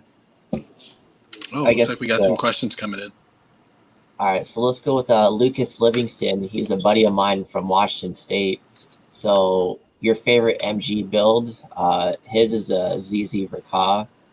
And so for me, I would say like maybe any of the Sinanju variants, whether it be the Stein or the regular, because they're both my favorite. I'm gonna go with. So the ZZ Verka is probably like a solid number 2 for me. Number 1 is actually a third-party kit. Dragon Momoko Destiny Gundam. Oh, that one's a pretty solid build too. I really, really, really enjoyed that kit. And that's saying a lot because I built that when it was like when I was still relatively new to the hobby. And I don't know, it was just great. It was just a good kit. I had a little bit of issues with the wings, but I also wasn't really as well versed in using tools as I was back then. So like I didn't have a pin vise or anything like that. So I would have to go with that as probably still my favorite kit. Other than that, Sinanju definitely stands out. I haven't built the regular Sinanju yet, but I have built both Steins. Fantastic kits. Jesta's pretty good. Oh my god, guys, give me 1 second. I'm sorry. Give me 1 second. Right. So I'll have to jump in here. So I got OH Studio saying that my voice is better than what I imagined. So I don't know how to take that, but my wife is looking at me so crazy right now. So I'll leave it at that. Let's see. So you got Adam Arias from Alaska, of all places. Adam. So he's looking for the best cleaner for resin kits. So I'll just start from there. Like you got Purple Power degreaser from you can get on Walmart, Home Depot if you're stateside. So any form of degreaser, but the best stuff I've seen so far is the Gaia resin wash. Absolutely, this is good stuff. The parts in 10 minutes, and then you rinse them off in water, let them air dry, and be good to go for painting. So, but it's also pretty pricey to get stateside unless you got to import it in. It's like $20. $20 for a bottle of this bottle right here, 500 milliliters. I'm gonna have to get up to let my dog in one more time, but we can keep going. I'll take over. Yeah. He's also asking if Tamiya cement works well in resin parts. That needs glue. No, because you need a CA glue, which is I think I have some of. Because you gotta need CA glue or super glue to help resin. This has been working pretty well for me with mine. Super glue, yeah. Yeah. Tamiya cements and Mr. Cement and everything like that works well with plastic, like polystyrene. Yeah, I guess it's a different balance between finding the right glue with what you're working on or working with. So Rick Lee is looking for best place for a sold out P Bandai because he missed out on the Red Dragon Astray. So he's also full of regret. Let's not forget that. So I will say the best deals that I have ever found are either on like Facebook buy sell groups or eBay. P Bandai specifically, I've had really, really, really, really good success on eBay. I've gotten things like the Gray Zeta and Master Grade Hazel and GM Dominance for $60 a piece. I've also bought a good. It's a little bit more upfront, but if you really want to save money, look for bundles. Bundles really, those that I save a lot of money there. All right, I'm gonna let my dog back in now. Yeah, no worries. Another spot is that in Japan, hopefully most of you guys know about Mandarake, which is another secondhand store in Japan that's prevalent, but also does online. But then another alternative is Chungle from Japan, which also deals with secondhand kits to get your P Bandai fix. So it really depends. Oh, did you say Mandarake? Yeah. because that's another good one to choose from. Yes. But honestly, if you're interested in the P Bandai kit, just do not hesitate and just get it right away. Because I've counted a lot of people who regret not getting a kit, and it's already like past its third wave of release, and it's jacked up in price for X amount of dollars. So like sounds like me. I'm like it's like a week before a kit releases. I'm like, hey, are pre-orders still open? Yeah, I know, right? Yeah. Also keep in mind that we're even in the US, we're not completely locked out of the Japanese market. So there are ways to do it, but especially if you're willing to wait, because cheap shipping helps. But it might take like 3 or 4 months. But that's kind of the way to do it. Look at and it might not always work for P Bandai, because not every shop carries P Bandai stuff, but try to source from Japan directly if you can. Bundle, look on pretty much places that cater to the secondary market. And that's pretty much it. To follow up with the question, so someone asked how to spell the other one, which is Mandarake. It's Mandarake. So it's like Mandarake, basically, if you want to pronounce it the English way. But that site's really good for finding secondhand goods, at least for Gunpla, Gundam figures, any type of merchandise. But right now, there you go. Look at that. Yeah, fancy. Right? We're fancy here, guys. You can only get this kind of banner work on our live streams. I'm just letting you know this right now. You come here, you come here, and I will spell shit for you. But the only downside is with using Mandarake right now, because I got a buddy who is like kind of deadlocked in using it, because with Japan Postal Service not being in fully operation, especially when sending to stateside, is that they've been using DHL or other services where he was trying to get a mega scale 148 age Gundam. They want to charge him like $120 in shipping, which is like insane.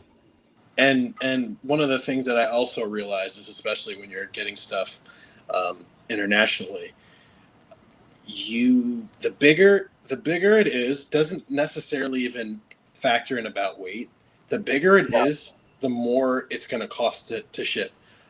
I found out the hard way when I was ordering the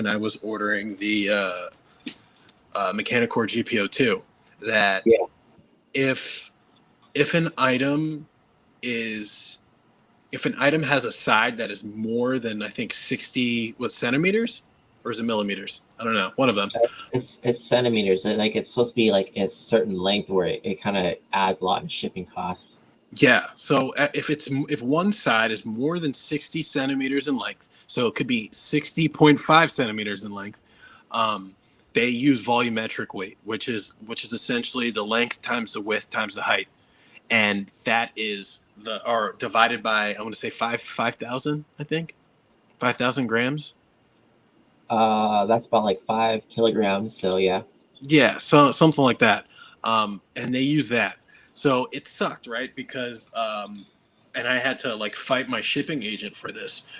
My kit weighed, I think, something along the lines of like 7,200 grams, so 7.2 kgs. And that, when I calculated it, I was like, oh, this is going to cost me at most like $100 to ship, at most, because it's a heavy, that's still a heavy. It's a heavy kit. Was like 16, 17 pounds. So it's a heavy kit. It's pretty big. Yeah. But because one of the sides of the box is 62 centimeters, they hit me with the more expensive shipping, which actually ended up doubling the weight. And they wanted $200 something, and I was like, no, you guys promised me a certain weight. You guys promised me that this is what it was going to be. I gave you the dimensions of the thing, and this is what you said it was. So they actually ended up honoring it. They ate the cost, but It's not something that's probably not something I'd be able to pull off all the time. No, not really, because that's one way to get you banned from using that service, to be honest. I didn't get banned, but yes, absolutely. Yeah. Absolutely.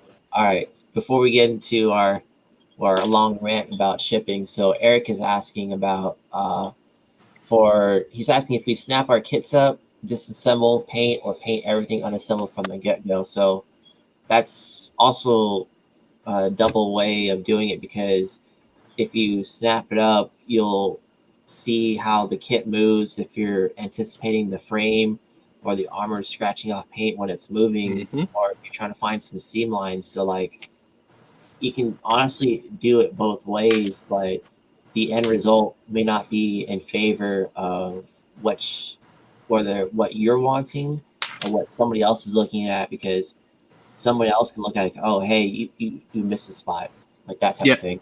Yeah. I'm like one of those people that like will lose favor with a kit if I have to build it twice in like succession. Yeah. So depending on the kit, I will do I'll general, like if it's like a Bandai kit where I'm not anticipating any real issues, I will paint and then snap fit. I'm not too concerned, like most, especially with master grades, most seam lines, especially new ones at that, most seam lines end up being placed pretty well. So you can either disguise it as a like a panel line, or it's not visible. So I don't have that issue. Third party stuff, I test fit, and then like I'll do it by like sub assembly. So I'll test fit, put it together, do modifications if I have to do modifications. I'll bore out holes if I have to bore out holes or whatever, and then I'll disassemble it, and then I'll put it together, and I'll do that in pieces. Even that has its disadvantages though, because like if I'm building the arms separate from the torso, I don't necessarily know how the arms motion will collide with the torso and things like that, and that would actually like impact how you may choose to do something if you're not conscious of that. Yeah, exactly. So long story short, for me, it depends on the kit. It depends on the kit, depends on where it's coming from, and it depends on what kind of job I'm going to do. Yeah, that's true. All right, so another question from Mobile Suit Mechanic, aka Micah Colson. So he's asking if we use magnets on resin kits. Like, he's seen some guys doing it, and it would keep the kit pretty modular, which would be a big plus for him. So like, I know some resin kits, if they have any external detail or a armor piece that may not be feasible holding with glue or pin, that a magnet would actually help out a lot in keeping it in place. I actually have a drawer of magnets right here. I know it's my magnet drawer because of this, but I have got it like sticking out. But I got a whole bunch of magnets in here. Magnets, I'm trying to incorporate magnets into my Mechanical Reserve Store build, because it's like one of those kits that actually has a lot of inner detail that gets covered up.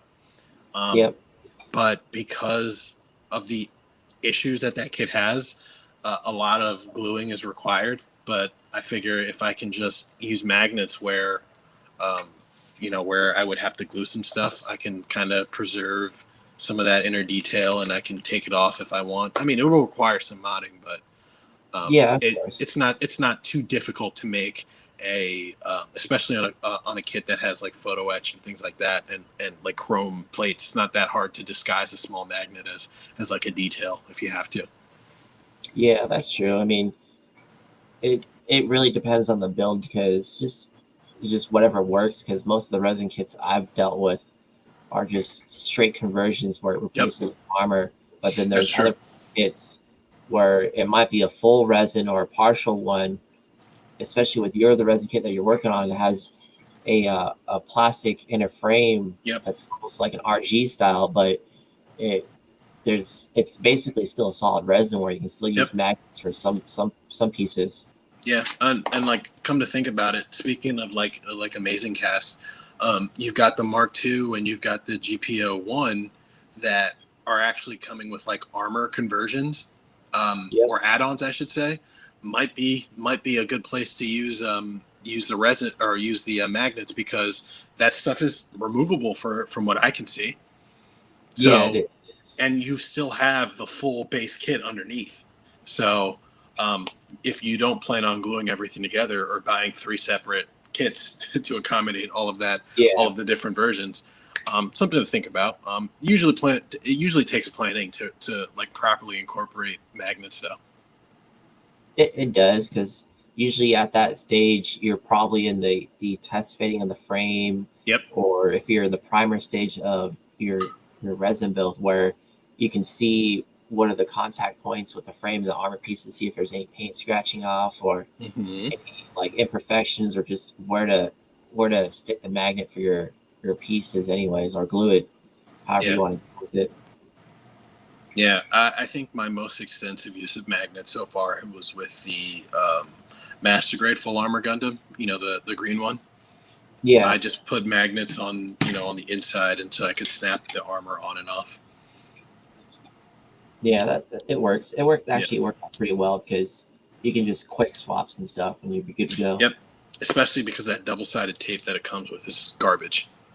Yeah, it pretty much is. I don't know what they were thinking when they thought that this was going to be a good idea, but it's garbage. So yeah, but if you really want to do it well, you might have to mod some of the armor to like create some recessed areas for the magnets. there's a special tool for that. God hands make it. Yeah, the spin blade, where it has a pilot hole point where you can actually make sure it's good to go and make sure you're doing it the right area. Yeah, that God hands is and they're in the U.S. now, so which is good. But they've got a lot of those like things that like you would not realize you need a specialized tool for to do appropriately. Oh, I know. I was looking at their catalog the other day, but FrenchBreadBuilds, you come here and I will spell shit for you. Oh yeah, that's me. I'm sorry, I'm just looking at that now. 10 minutes ago. Yeah. Yeah, guys, bring me your words and I'll spell them. Okay. Let's see, what else do we got here? What other question? Another one from Alex, or Adam, I'm sorry. On the subject of painted kits, is there a specific way to help prevent transforming kits from damage after paint while transforming?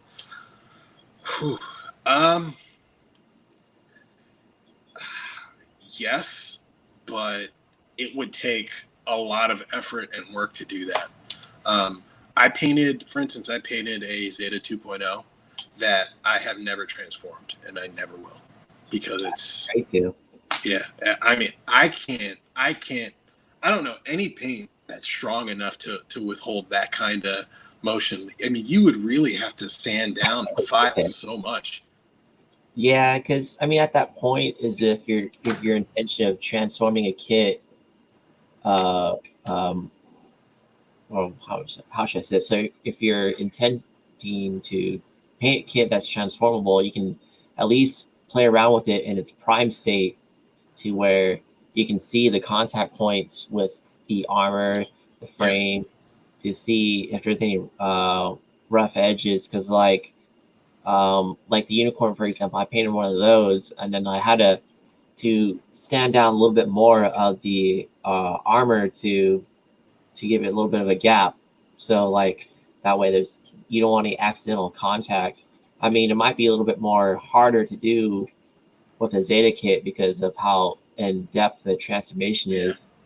But hopefully, if they use lacquer paints, but it will hold up, but it could damage maybe the top coat at a minimum. So it's just, absolutely.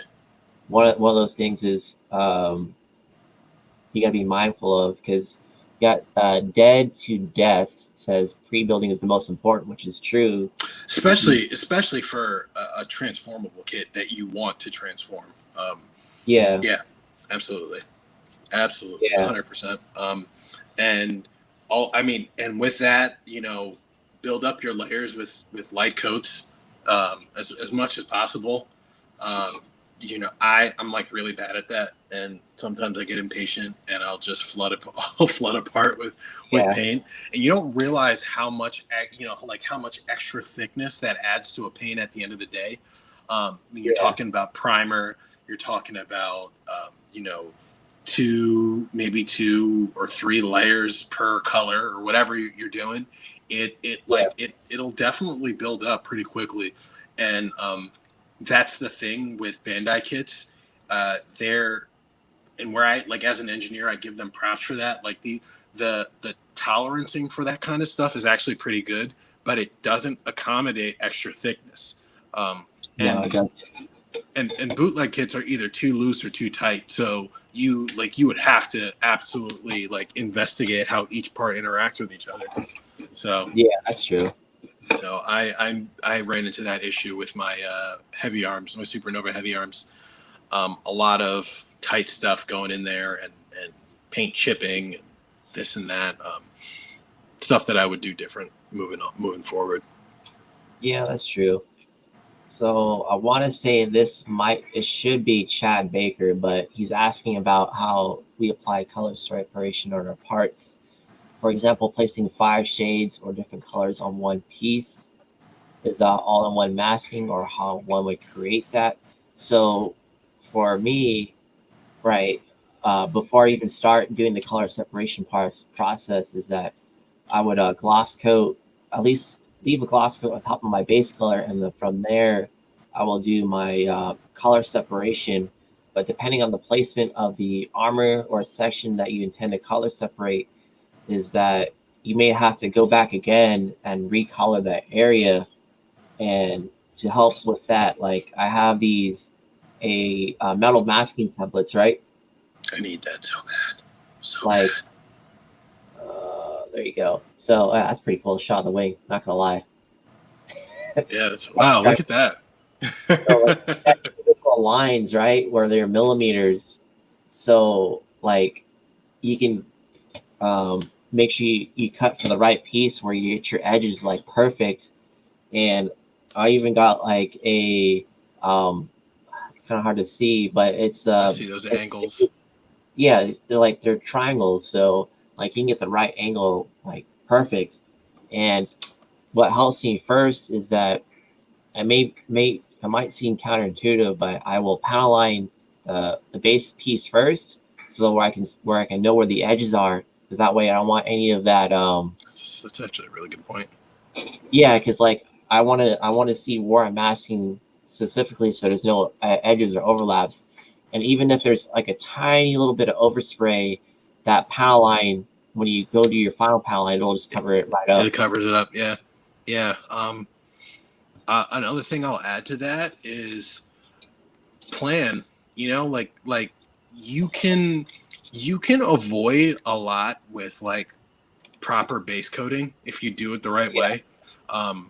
Look at think about like your smaller details versus your bigger details, and maybe you'll make your base color. You'll paint the base. You'll paint the bottom or the smaller details your base color, and then layer on top of that. So you only have to mask a small section, as opposed to this or that. Or one of the things that I've been using a lot recently is reverse washing. It especially if your details are clear and defined, do everything on the base and just lay on your enamel paint and then clean it up with a toothpick and some lighter fluid, and then you're good to go. That has helped me a lot. So I even got like these guys where they're from Tamiya, but they're a fine tip almost, where you can clean up the finer points whenever you do your reverse washing.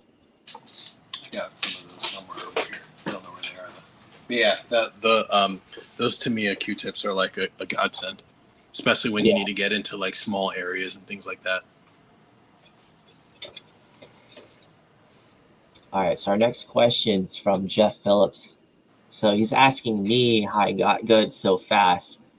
He might be playing around, but I knew him when I was stationed in Virginia, and I met him at a hobby town of all places at a Gunpla meet. So that's how I knew him. But I would say motivation and practice is really all you got, really, because it depends on the individual person to get better. But the biggest thing that I've encountered is receiving criticism for your work, because you might think you think it might be the best thing in the world, but there's always going to be something wrong no matter what. Yep. Yeah. One of the things I started doing is like, does it pass the Zoom test? You know, when you're scrolling through Reddit and you see like a post and it's like, oh, the thumbnail looks pretty good. Let me zoom in, and then like it's like you know. I'll even do that to like good builders. Like I'll do it to yours. I'll point out some stuff. I'll do it to Chris Pabs or any of my buddies. It's like I'll zoom in. It's like, hey, did you miss this spot? Oh yeah, well I do that. I'll tell you what. Like I'll do that to yours so I can feel better about how like my work is bad. So it's just like oh man, his is like that's not even like look at he missed that or he missed this. But like to be honest, the quickest way to get good is to do as much as you can. Right? Like if you notice like an opportunity to add color somewhere, or you notice an opportunity to add some detail or definition to something, do it. Right? Like the more you do it, the better you'll pick up on it, and the more like the easier it'll get for you. So like that's one of the things that before I did my resin kit, like I specifically approached my blue frame and my supernova in a way where I was like, okay, well, this is not part separated, but there's an opportunity for me to add some color separation here. So let me mask it off and I'll try it, you know, and we'll do it. So now fast forward to this resin kit, it actually wasn't that bad, you know. So it's you know it's kind of just do as much as you can. That's what I say. Yeah, because like, I mean, you're still how should I say this? It's still up to the individual builder and how far they want to take it. Because I still seen some like good out of box builds or just like top coat panel line and decals, and that still looks equally as good. But there's nothing wrong with that either. It's just honestly, it depends on the individual person. Yep, I agree. I do. Yeah.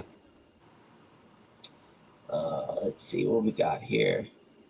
A lot of people thought the reflection of the wing looked pretty badass. I'll have to do a hold on, let's see if we can get another again. Oh, wait. There you go. There it is. Yeah, there it is. Q, hold on. I'm gonna do something real quick. All right, go for it. Give me 1 second. I'm gonna need you though to do that reflection thing. Oh, all right. Let me know when. And go.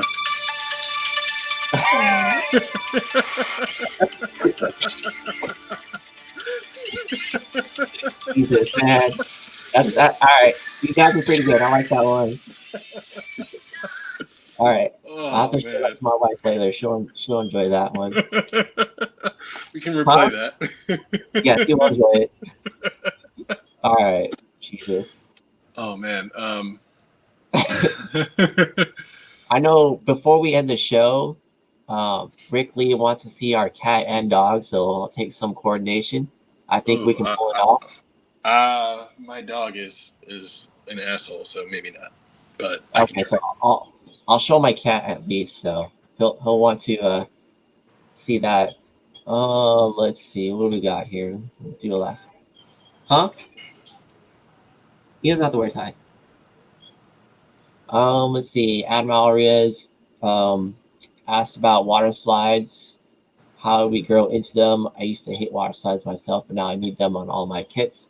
So at first when I started painting is that I'll use the dry transfer, I'm assuming? I mean dry transfer along with the sticker decals, but like you can never get enough gloss coat to even cover the edges on the sticker decals. So now with water slides, like it takes some work, yes, but I find that they're easier to deal with than dry transfers.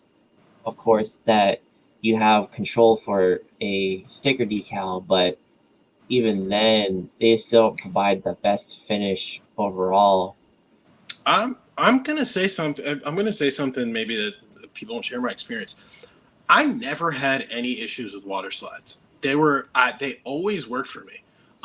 Granted, you'll have some that like might peel off or something, and that specifically only happens with Bandai water slide decals. But I've never had any issue with water slide decals. The one thing that you absolutely need, for the most part, especially if you're dealing with like Bandai water slides, is you need some kind of mark setter. I just recently switched over to Micro Set and Micro Sol. I heard of those.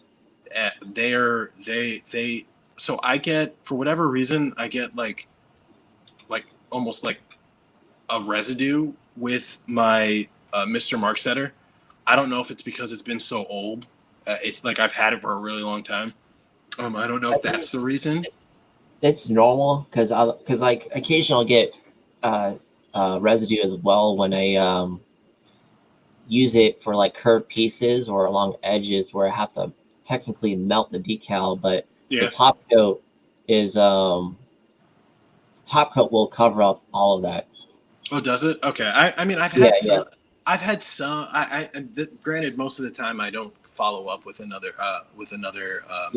like a gloss coat. But you're right. A good matte coat should cover that. But I've had issues with softer actually, where it'll kind of melt. It'll like not melt, but kind of like react to the top coat for some reason. If I use too much, it doesn't happen all the time, but I have had it happen. So, but I've been using Micro Sol or whatever. I don't know where it is, but it's fantastic. It's absolutely fantastic. Leaves no streaks or anything like that. And once they're on, they're on. Yeah. But yeah. So that's what I'll say. It's kind of like, pre-thin paint. Yeah, they're called water slide decals, but you'll probably need more than water to if you really want to make sure that they stay and they stick. And then once they're there, lay some gloss coat over it. I've had on more than one occasion I've done 2 or 3 working layers, right? So like I'll do this and then after the fact I'll be like, oh, I want to add another top coat after I've like panel or glossed over them. So I'll add some more and then I'll gloss it over again. So that's what I would say. But it depends, because I've done a gloss coat, and if I feel if it's not good enough, I'll do another one. But usually lately it's been one gloss coat over the water decal and then a flat coat just to seal it off, and then usually you can't see anything. It looks like it has that painted on effect too. Yeah. Yep. Yeah. Water slides are definitely the superior decal as far as Gunpla goes. Yeah. Sticker. I'm not like I only used to use stickers for the eyes, and I don't even do that anymore. I just do the reverse wash now for the eyes. Yeah. Okay. Got anything else? Let's see. More decal stuff, actually. Nice. Let's see. How do you guys deal with the edges of the carrier film, sand, and gloss? So I have film. So like oh, you mean like the edges on the decal? I think so, because sometimes depending on the quality of decal, it can be a smooth edge or it could be a sharp edge, and like depending if it was pre-cut or not, it could be excess of the carrier film, because you still got I get you. Yeah, so you got the ink portion, which can be followed up with a smoothed out area, but like depending on the quality of the decal, is that like you may not be able to control of how it affects onto the piece itself. So maybe you can cut closer, or you can. That's what I would say. Like a gloss, but I haven't come across it too much, except in my early days when I had like legit third party. Made in China with that. Yeah, with that, those little numbers underneath. Yeah. Those terrible decals. Those decals, I actually got decals like that. They're the ones that kind of came with the full armor Gundam. They're not not terrible, but they're not that good. Wait, like look at that. Do you see how that yellow is staining on the side? Yeah. Yeah. So and these are kind of like those decals. They're not the best. But I'm using some of the Delphi decals to complement it, so it's not too bad. But yeah, House is my general go-to for custom. You got Bandai, DL, Snowflame decals, and you get your general warning cautions one from don't forget Decal Factory. Decal Factory. You also got here's a plug for Tim at for Mechanism for his Mecha decals. There you go, for Child of Mecha. Yep. Those are great decals too. I've seen some like microscopic images of those where you can still see every individual letter. Yeah, because I used those in one of my last couple of builds. I'll say if I had to rank, right, like quality of decal, it's actually not a decal. It's actually not my go-to decal, but like I would say that Decal Factory actually had some of the best decals that I've ever seen. The issue is that getting those decals is not easy, unfortunately, and you have to do large bulk orders with international shipping and everything like that. They actually slightly edge out Delphi decal. Delphi decals, they're really consistent and they're really good, but yeah. Let me see if I don't know where my decals are right now, but I had somewhere. They're really, really, really, really, really good. Oh, here they are. I don't know if I can show you guys. This is my freezer bag full of decals for kits that I don't even have for a lot of them, but you need to get rid of those. I do. What's this? Oh, so here's some decals for the GM Dominance from Decal Factory, and they're like pre-cut, which is good. And like their original stuff, like their logos and things like that, are just so good. They're so good. So I would go as far as quality goes, Decal Factory, but Delphi Decal beats them in almost every other category because they're easy to get. They have a bigger selection. Yeah, so I'll go there. But as far as quality goes, these are like, oh, here's one this is for the Power GM that I got. They're just like, they're clear, they're good, they're like original for the most part, but Delphi is still my go-to for sure. Yeah, for sure. Let's see, Jeff Phillips is trying to follow you, but as far as I know, you got an Instagram but no Facebook page, but you do have a YouTube. I have a YouTube, I have an Instagram, and I have a Twitter. Hold on, let's do this. I'm about to banner it up. Look at that. Look at that. All right, so while you do that, Rick Lee is asking about custom Gunplas with 3D printed parts. Cool or prefer handmade parts? So for me, I'm a bit biased. So I work with resin third party kits a lot. So as far as 3D printed parts go, I'm all for it because you can get some pretty cool additional stuff for your kit, and there's even, believe it or not, 3D printed resin parts. Because most of the kits that we see nowadays are 3D printed, and they go ahead and cast it and then form it with a kit. So like, it's almost, they go hand in hand when they come when they get created. No Twitter. I don't use it much, but it's there. It's all good.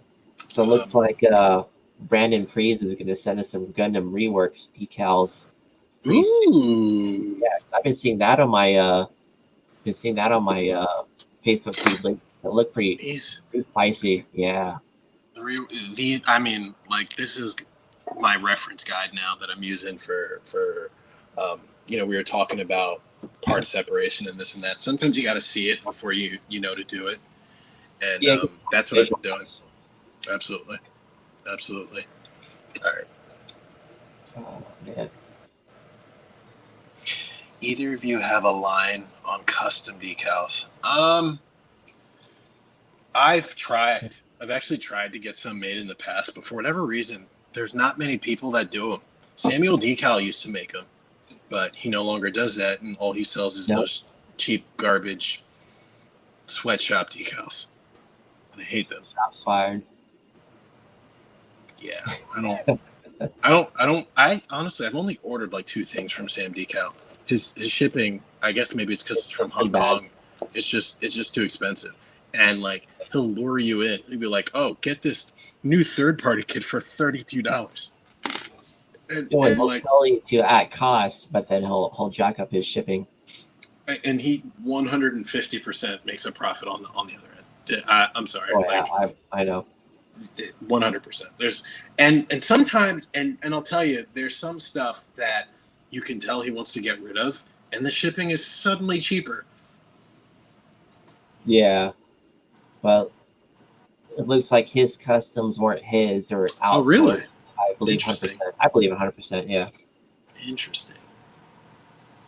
Yeah, I don't mess with him. So, yeah, no. Custom decals. You might. I mean, if you have the right printer and you buy decal paper, you could print them yourself. Yeah, because you can like the inkjet. I think it's the inkjet printer, and then it is an inkjet printer. Yeah, and all you got to do is seal it with a water-based acrylic top coat. And you just got to cut it yourself. Interesting. Well, because if you do anything aggressive like lacquer, because it can destroy the ink below that you just printed. That's true. Yeah. Yeah. That's, to be honest, you might have to just put out a call on like on one of those Gunpla groups and see if somebody will do it for you. But I don't think there's anybody really in the business of making custom decals. I remember when the Ape RX-70A 3.0 came out, and before I could find any third-party decals on them, it's got all the camo stuff on it. They were like, I was looking for someone who would turn the stickers into decals for me, but no one would do it for a single sheet of decals. No. Yeah. So I don't know. Maybe if you can, you could probably message Delphi Decal and say you'll buy 100 of them. They might do a special one for you. I mean, I wouldn't mind having a decal of my logo, but that might be pushing it. That would be pretty cool. Yeah, but you really got to like buy a lot to make it worth the effort. You might be able to find a service on Taobao. I wouldn't be surprised. Yeah. What else? What else do we got here, guys? Wow, we're knocking on 2 hours and 10 minutes. Yeah, I know. Do we have? Do we want to go back to our questions? Looks like everyone seems pretty satisfied. Let's see. I got one more question. So here's a good one for, do you have any tips on photographing your model kits? Because that one's pretty big, where, of course, that your own smartphone is pretty good for taking pictures, but you also got to worry about your background and your lighting, because otherwise your picture will end up like doo-doo. Or you can use a photo editor to kind of play with the exposure, play with the colors. And so it really depends. But for me, I got a Nikon D5100 DSLR. So I'll prop it up on a tripod and sorry, my Sony. I don't use. The thing about it is, I don't take professional photos anymore. I need to get a booth, and I don't have one. And I should have one, and I should get one. But lighting definitely matters a lot, and it's one of those things that I'm learning. It's one of those things that I'm learning when I'm it's a big deal. Especially when I'm like trying to film my videos, I definitely need to work on my lighting. And, I haven't been like soft light to where it won't overpower the kit or create a shadow. So that way you can get enough light coverage on all of the surface edges and all that type of stuff. Yeah, absolutely. Let's see. Oh, I actually had Delpy make a set of decals because I bugged them enough about it. I bought a few sets and they ended up being a good seller anyway. I actually had them make the red and gray Zeta decals. I had them make that, and it was like a 6-month wait, and it's probably not a good seller, but I wanted them, and Decal Factory had those decals, but they were all in gray, so I didn't like that, and I wanted the original decals. So I was in pretty tight with the owner, who either doesn't is not involved with the company at all anymore, or is just like very hands off. But yeah, I mean that was a whole journey. I don't know if you remember when I found them, just digging through Korean eBay. Because he tried to rope me into it. I was like, hey man, let's put some money together and like get this going. Yeah, and that's when we were doing pretty regular Decal Factory orders at that point. And I don't know where I found it, but I found it, and I was like, I found out that it was Korean, and I was like, oh, if it's Korean, then it's got to be on Gmarket because that's where all the Korean stuff is. So I went and I found them. I shot them. I remember having to like Google Translate. I shot them an email in Korean to their account. They messaged me back. I asked them if they had Facebook. He did have Facebook. Turns out he spoke English. So we're messaging, and I was like, hey, I'm telling you, there's a market here for all of these decals. Let's make a Facebook group so that we can start getting this out there. And he sent me some samples, and I was showing them off and everything like that. And now we have Delpy decal. Not going to take credit. Not going to take credit for it, but I will take credit for it. I think I do. Yeah. So they're and I'll tell you, I still pay for my decals. So it was not like it was. They gave me, they did give me samples at some point, but I pay for my decals now. So. Man. You're welcome, Brandon. Yeah, not many people know that, but and I tried to do the same thing with Decal Factory, but they don't care. Yeah. For whatever reason, they have no interest in expanding to like the Western market to make it easy for us to access. So if you want them, you got to spend a shit ton on shipping. But they are good decals, though. I'm not gonna lie, they are fantastic quality decals. You guys hear my dog going crazy? Yeah, dog's definitely going crazy, but you're good, man. Yeah, this is why I can't bring him onto the thing. There's people moved in across the street, and they're going in and out, and we have this big window out front, and he's going crazy. So, guy, I apologize for that. I made up for it for bringing in everybody Delpy decals. Yep. Oh man, what else have we got? Let's see. Are we still answering that question? Which one?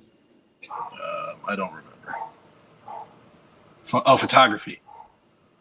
I guess another thing to add is that when I first started out is that I used I got like poster boards, foam core poster boards from like Michael's or any of like those fabric stores or whatever, and you can take some pretty good shots of that because it's a good solid color background. But I would advise using black unless you got some good of soft light to help with it.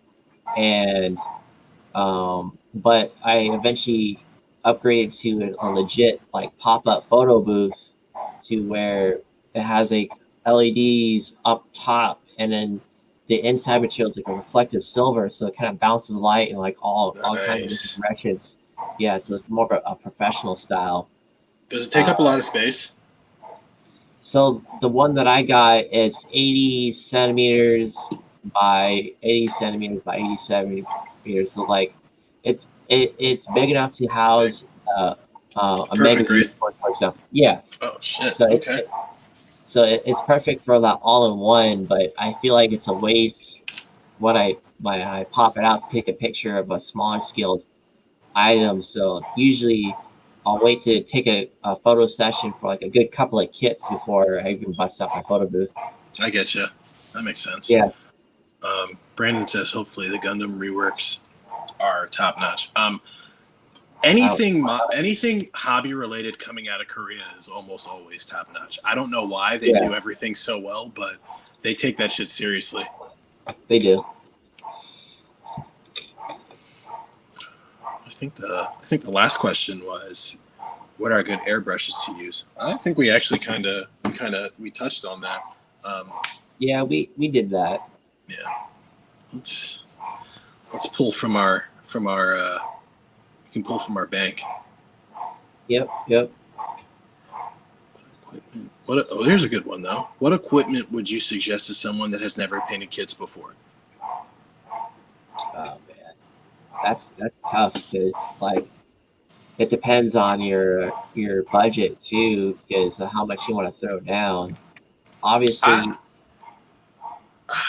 I would argue that there's stuff that you can't get away with not using, right? So like budget is definitely something to consider, but like what I don't want people to do is think that they have options. When there's some stuff like you definitely need this, you don't try and like cheap out here because it'll end up screwing you down on the line, like not having a moisture trap on your airbrush. Yeah, or a respirator for your equipment, especially when you because you're definitely in a respirator when it atomizes, and like using a good quality airbrush goes a long way too, rather than the master airbrush crap or even their airbrush boosts or compressors, because sometimes they can be hit or miss with the quality. Yeah, my compressor's currently dying, and I should get a good one. Yeah, because mine's starting to go out too, and it's actually a master airbrush one as well. Yeah. I think mine is actually like not even. It's a master clone. Oh fuck. That's not good. I hope it wasn't something important. No, it was my pot. Oh, okay. Yeah. Also, that's one of those. This is actually one of those things you need. You should get this. Oh, the cleaning pot. Yep. Oh man, it fell on top of my outlet. Or my outlet strip. That's okay. It's not lacquerose. When I'm painting my shoes, I use acrylic. But yeah. So, what are your suggestions? What are some of your must-have things? Like completely necessary. Everybody should have this in their toolkit when they start painting. I would say like disposable gloves, because it's a pet peeve of mine. Like whenever I see somebody post a picture, it's like, hey guys, look at what I posted, and like their hands like covered in like silver paint or some other stuff. Yeah. Come on, man. Yep. You need them. Unfortunately, right now it's actually really hard to get disposable gloves. Absolutely. Yeah, I just finished my box, and I'm like scouring Target right now to see if I can get a pair, because they come in so sporadically now. Yeah. Another good thing is that whenever I transfer paint, because since I most of the time I pre-thin them, is I got these graduated pipettes, the 3mm ones. Yep. So they're good for transferring paint. Yeah. Absolutely. And I use these specifically This actually has some stuff in it, but I use these specifically to control ratios. My ratios are drop by drop, right? So when if I'm doing 1-to-1, it's 1 drop of paint, 1 drop of thinner. If I'm doing 2-to-1, it's 2 drops of paint, 2 drops of thinner. Yeah. And that's how I control my ratios. It helps when you're doing stuff, when you're like mixing your own colors and things like that. Yep. 100% necessary. Especially when I start getting to really mixing stuff together, I use a lot of them. I think I have maybe like 30 left in my box of 200. So I'm going to go and buy probably another 4 or 5 boxes. Yeah, because I used to have a lot, but then like it'd be hard to scrape by of how much I can get, especially like these pipettes. Like I used to buy like a box of 1,000, and I can only get them like 200 at a time, which kind of sucks. Yep. Yeah. What else? For painting, you gotta have some kind of filtration system. So some kind of booth. Yeah. I just trashed my my master airbrush booth. It's a pretty good brush, but a booth, but it's a computer fan, which doesn't really it's not the best you could have. And it's funny because the master airbrush filters are so thick that they almost like counteract whatever suction that the fan is actually doing. Yeah. It literally sucks. No pun intended. Absolutely. I'm using my Artie Station. I'm using my Artie Station one right now. I don't know if I have it. I think I posted a story about it. I put it together. This is what I'm using right now. I've had this in my garage. I've had this in my garage for a while now. I actually have 2 of them. But they changed the newest one for some reason, and they discontinued the fan that they're using. And that's what I have. And I don't know why they discontinued the fan. Probably because you had to wire it yourself. And people's houses caught on fire or something. I don't know. But that's what I'm using right now. So pray for me. Hey, that's crazy. Your pot, you need this 100%. This is how you clean out your brushes for the most part. Clear them out. When you're using lacquer paints, you just fill, when you're sprayed out of paint, you fill your airbrush with some lacquer paint and you spray it into the pot, clear out your airbrush, move on to the next color. If you're using water-based acrylics, you'll have to do it 48 times. It's not fun. Literally 48 times. Yeah, literally 48 times. And you still have to disassemble your airbrush to get it cleaned. Yeah. To go from color to color. What else? So I think Chad Baker asked about his airbrush compressor, where he wants to know how it's going out. It's kind of hard to say because the way that it operates is you get an on and off function, and depending on the type you have, it can build up pressure. But if it just sounds like straight crap, it may be time to go because it may not have a steady stream that you want. Otherwise, if it's not building up pressure right, it may not be able to output the paint correctly as well. So mine is tankless. This is the one that you don't want to go, right? You want to have a tank on yours. And not only that, mine definitely has some kind of leak somewhere because it's going off like the tank is, whatever internal tank it has, is filling every legit like 30 seconds. So this is definitely on its way out. I'm okay with that. It lasted me 3 years and it's still working for now.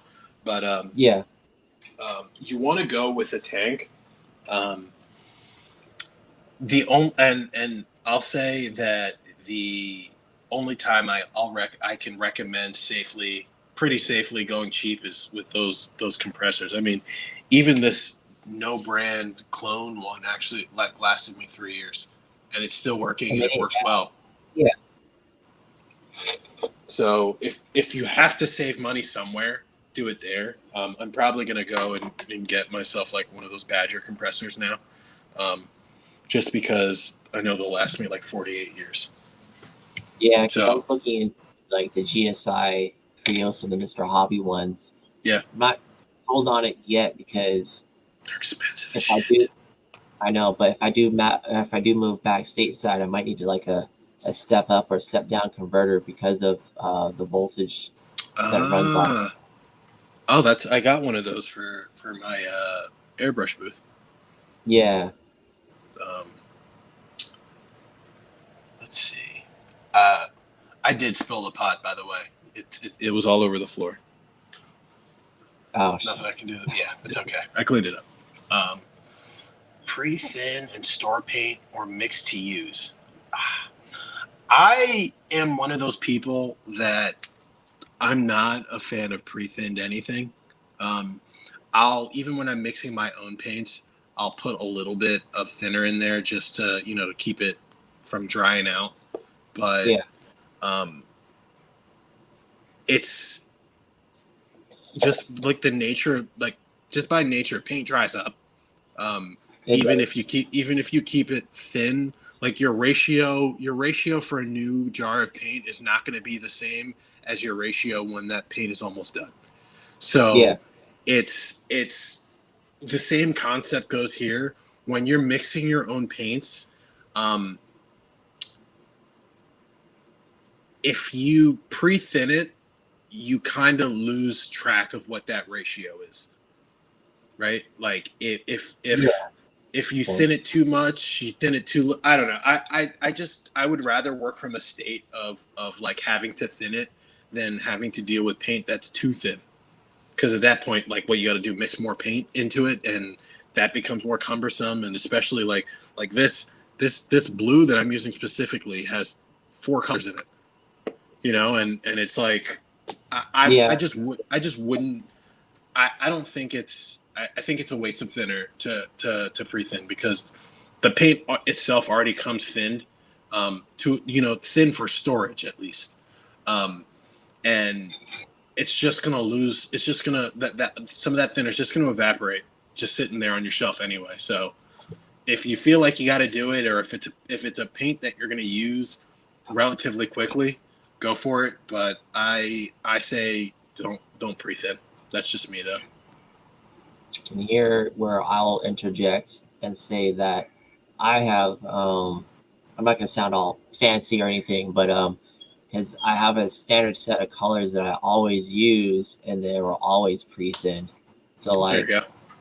Yeah, like if I use the same like neutral gray, same dark gray, or the same whites, like I always have those pre-thinned. Same thing with like the metallic details in the frame or my standard frame color. So there's still some good advantages of having pre-thin paint, especially if you're moving in between builds. So like if I'm working my Wing Zero build right now, I still have a pot of pre-thinned of the blue paint, or at least like the primary colors that you would use. I mean, there's some small instances where you don't need to have anything pre-thin, like the yellow V-fin, for example, or any like the colors that don't get used that often. But like all of my top coats are pre-thinned, all of my primers are pre-thinned. Really? So, yeah, so like everything, like it's more or less streamlined for my case, where I can switch in between primers and switch in between top coats, to where it can just, I can lay it down like in one day. You know what, it's maybe where I think that's actually a good approach.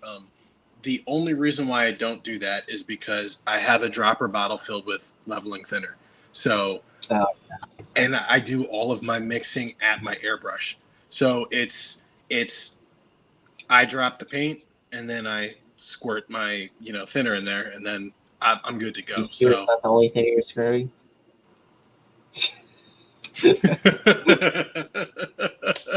All right, that was pretty bad.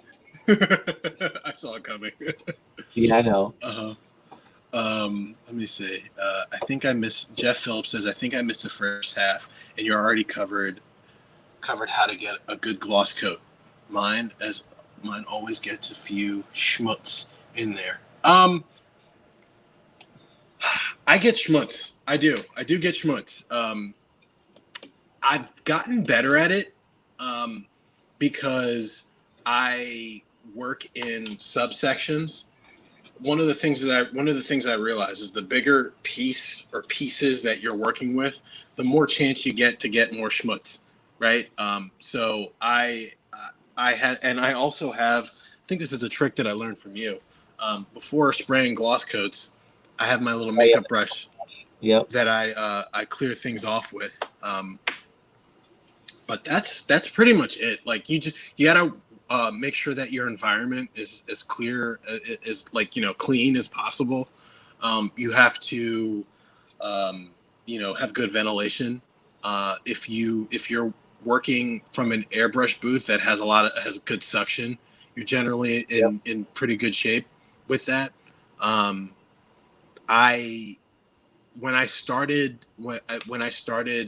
gloss coating, I'll paint, like take an arm and I'll paint it, do everything in little bits.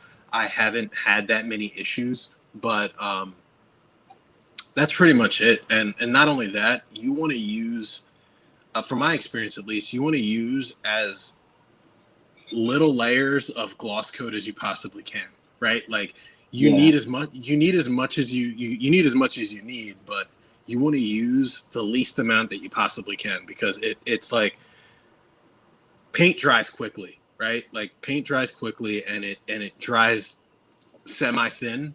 Gloss coats don't dry that way, and there's there's an extended period of time where they can get a whole bunch of like shit on them for the most part. They dry slower, and once you paint over it, that's it. Like that thing is in there unless you want to try and scratch at it until you get it out. And I wouldn't recommend that. So that's it. Like it's take things piece by piece, and work in a clean environment, good ventilation, good air circulation, and you should be good.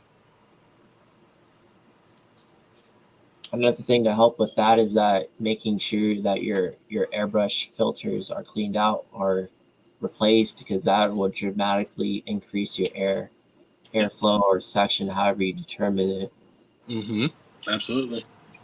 And I know I've definitely used some airbrush filters past the point of their usefulness. So especially when you're priming, that stuff will just like cover your airbrush filter very quickly. Yes, it does, actually, a lot. Let's see. Oh man. Oh geez, we're hitting on. We're at 2.5 hours. Yeah, no, I think it might be time to wrap this stream up, guys. Yep. So unless there's any like last minute questions you guys want to throw into the chat, I want to thank everybody that came and actually sat here and listened to us talk for 2.5 hours. When Ryan and I were planning this, we were expecting, okay, hour and a half. We might have to fill the void with some pre-thought out talking points and things like that. But no, man, you guys were a great crowd. You guys made this really, really easy to have like an organic conversation. And I think that we kind of want to do this more. I don't know about you. I had a good time. Yeah, we definitely have to do set a schedule up or try to work something out where we can have it more common than usual, or however you want to. I mean, at least once a month. I would like that at least. And I don't know about you, Ryan, but this is gonna live on my YouTube page. Maybe if you want, I don't know. I'm gonna have to take a look at it and maybe edit it a little bit. But this is, if for anybody who is coming in late or whatever, you guys will be able to review this as many times as you want, because it's going to live on both of our pages, and it will be on Ryan's Facebook page too. So yep, it'll be there forever. Yeah, man. Yeah, I appreciate you guys. I do like Facebook or Instagram lives from time to time, and I struggle to keep an audience engaged for for more than a couple minutes at a time. But we had a consistent crowd, and you guys really stuck it out with us. Yep. I appreciate it. Shout out to Brandon Pease from the Gunpla Hermit Shop for sponsoring this. I'm hoping to, he actually sponsors both of us, and as people that try to get content out and try to be as involved and as active as we can, like as the support helps. It definitely does. Otherwise I would be bankrupting myself, because I like a lot of stuff, and yes, you do. So it really helps, and we want to do this again. We want to do this again. We want to have more of these discussions. And I don't know what the theme is going to be next time. Maybe it's just we all come out, we hang out, we talk about what's going on, what we're doing, what kits we're looking forward to. Maybe we'll come up with a format or something. But we really come up with something. Absolutely. But that is that's it for me. I don't know if you have any final words, right? As far as the last question goes, Eric is asking what else is on the bench. I'm not sure if you saw my wing, but on the side I got this RX 93 new bust. Very nice. Being worked on, yeah. So he's just a side piece right now. So other than that, my primary work is just gonna be the wing until I finish up on that guy. Yeah. I guess technically on my bench it's just the blue frame and that resin, the full armor resin, but I also have the Cassie / Zerstore in the corner over there in a box that I will be picking up very soon once I finish one of these. Once I finish one of these kits, I'll replace it with the Zerstore. And actually, once I get off this, I'm going to hit up a seller that is selling me another Zerstore. So, which is great, because my griefer is missing some frame parts. Yeah. So I can donate that, and then it's always good to have, especially with a kit like that. It's always good to have extra parts. So it does. But, last question: what's the scale of that new bust? Maybe 135, give or take. It's hard to say because there's no true scale to it since it's just from the collarbone up. Collarbone, yeah, that's true. Yeah. All right, folks. We appreciate it. Like I said, we want to do this again, and when we do, I'll make another nice little flyer that you'll see us post for a couple of days before we do this again. Yeah. So, all right, guys, you guys stay safe, and thanks for joining us. All right, build on. Thank you. All right. See you guys.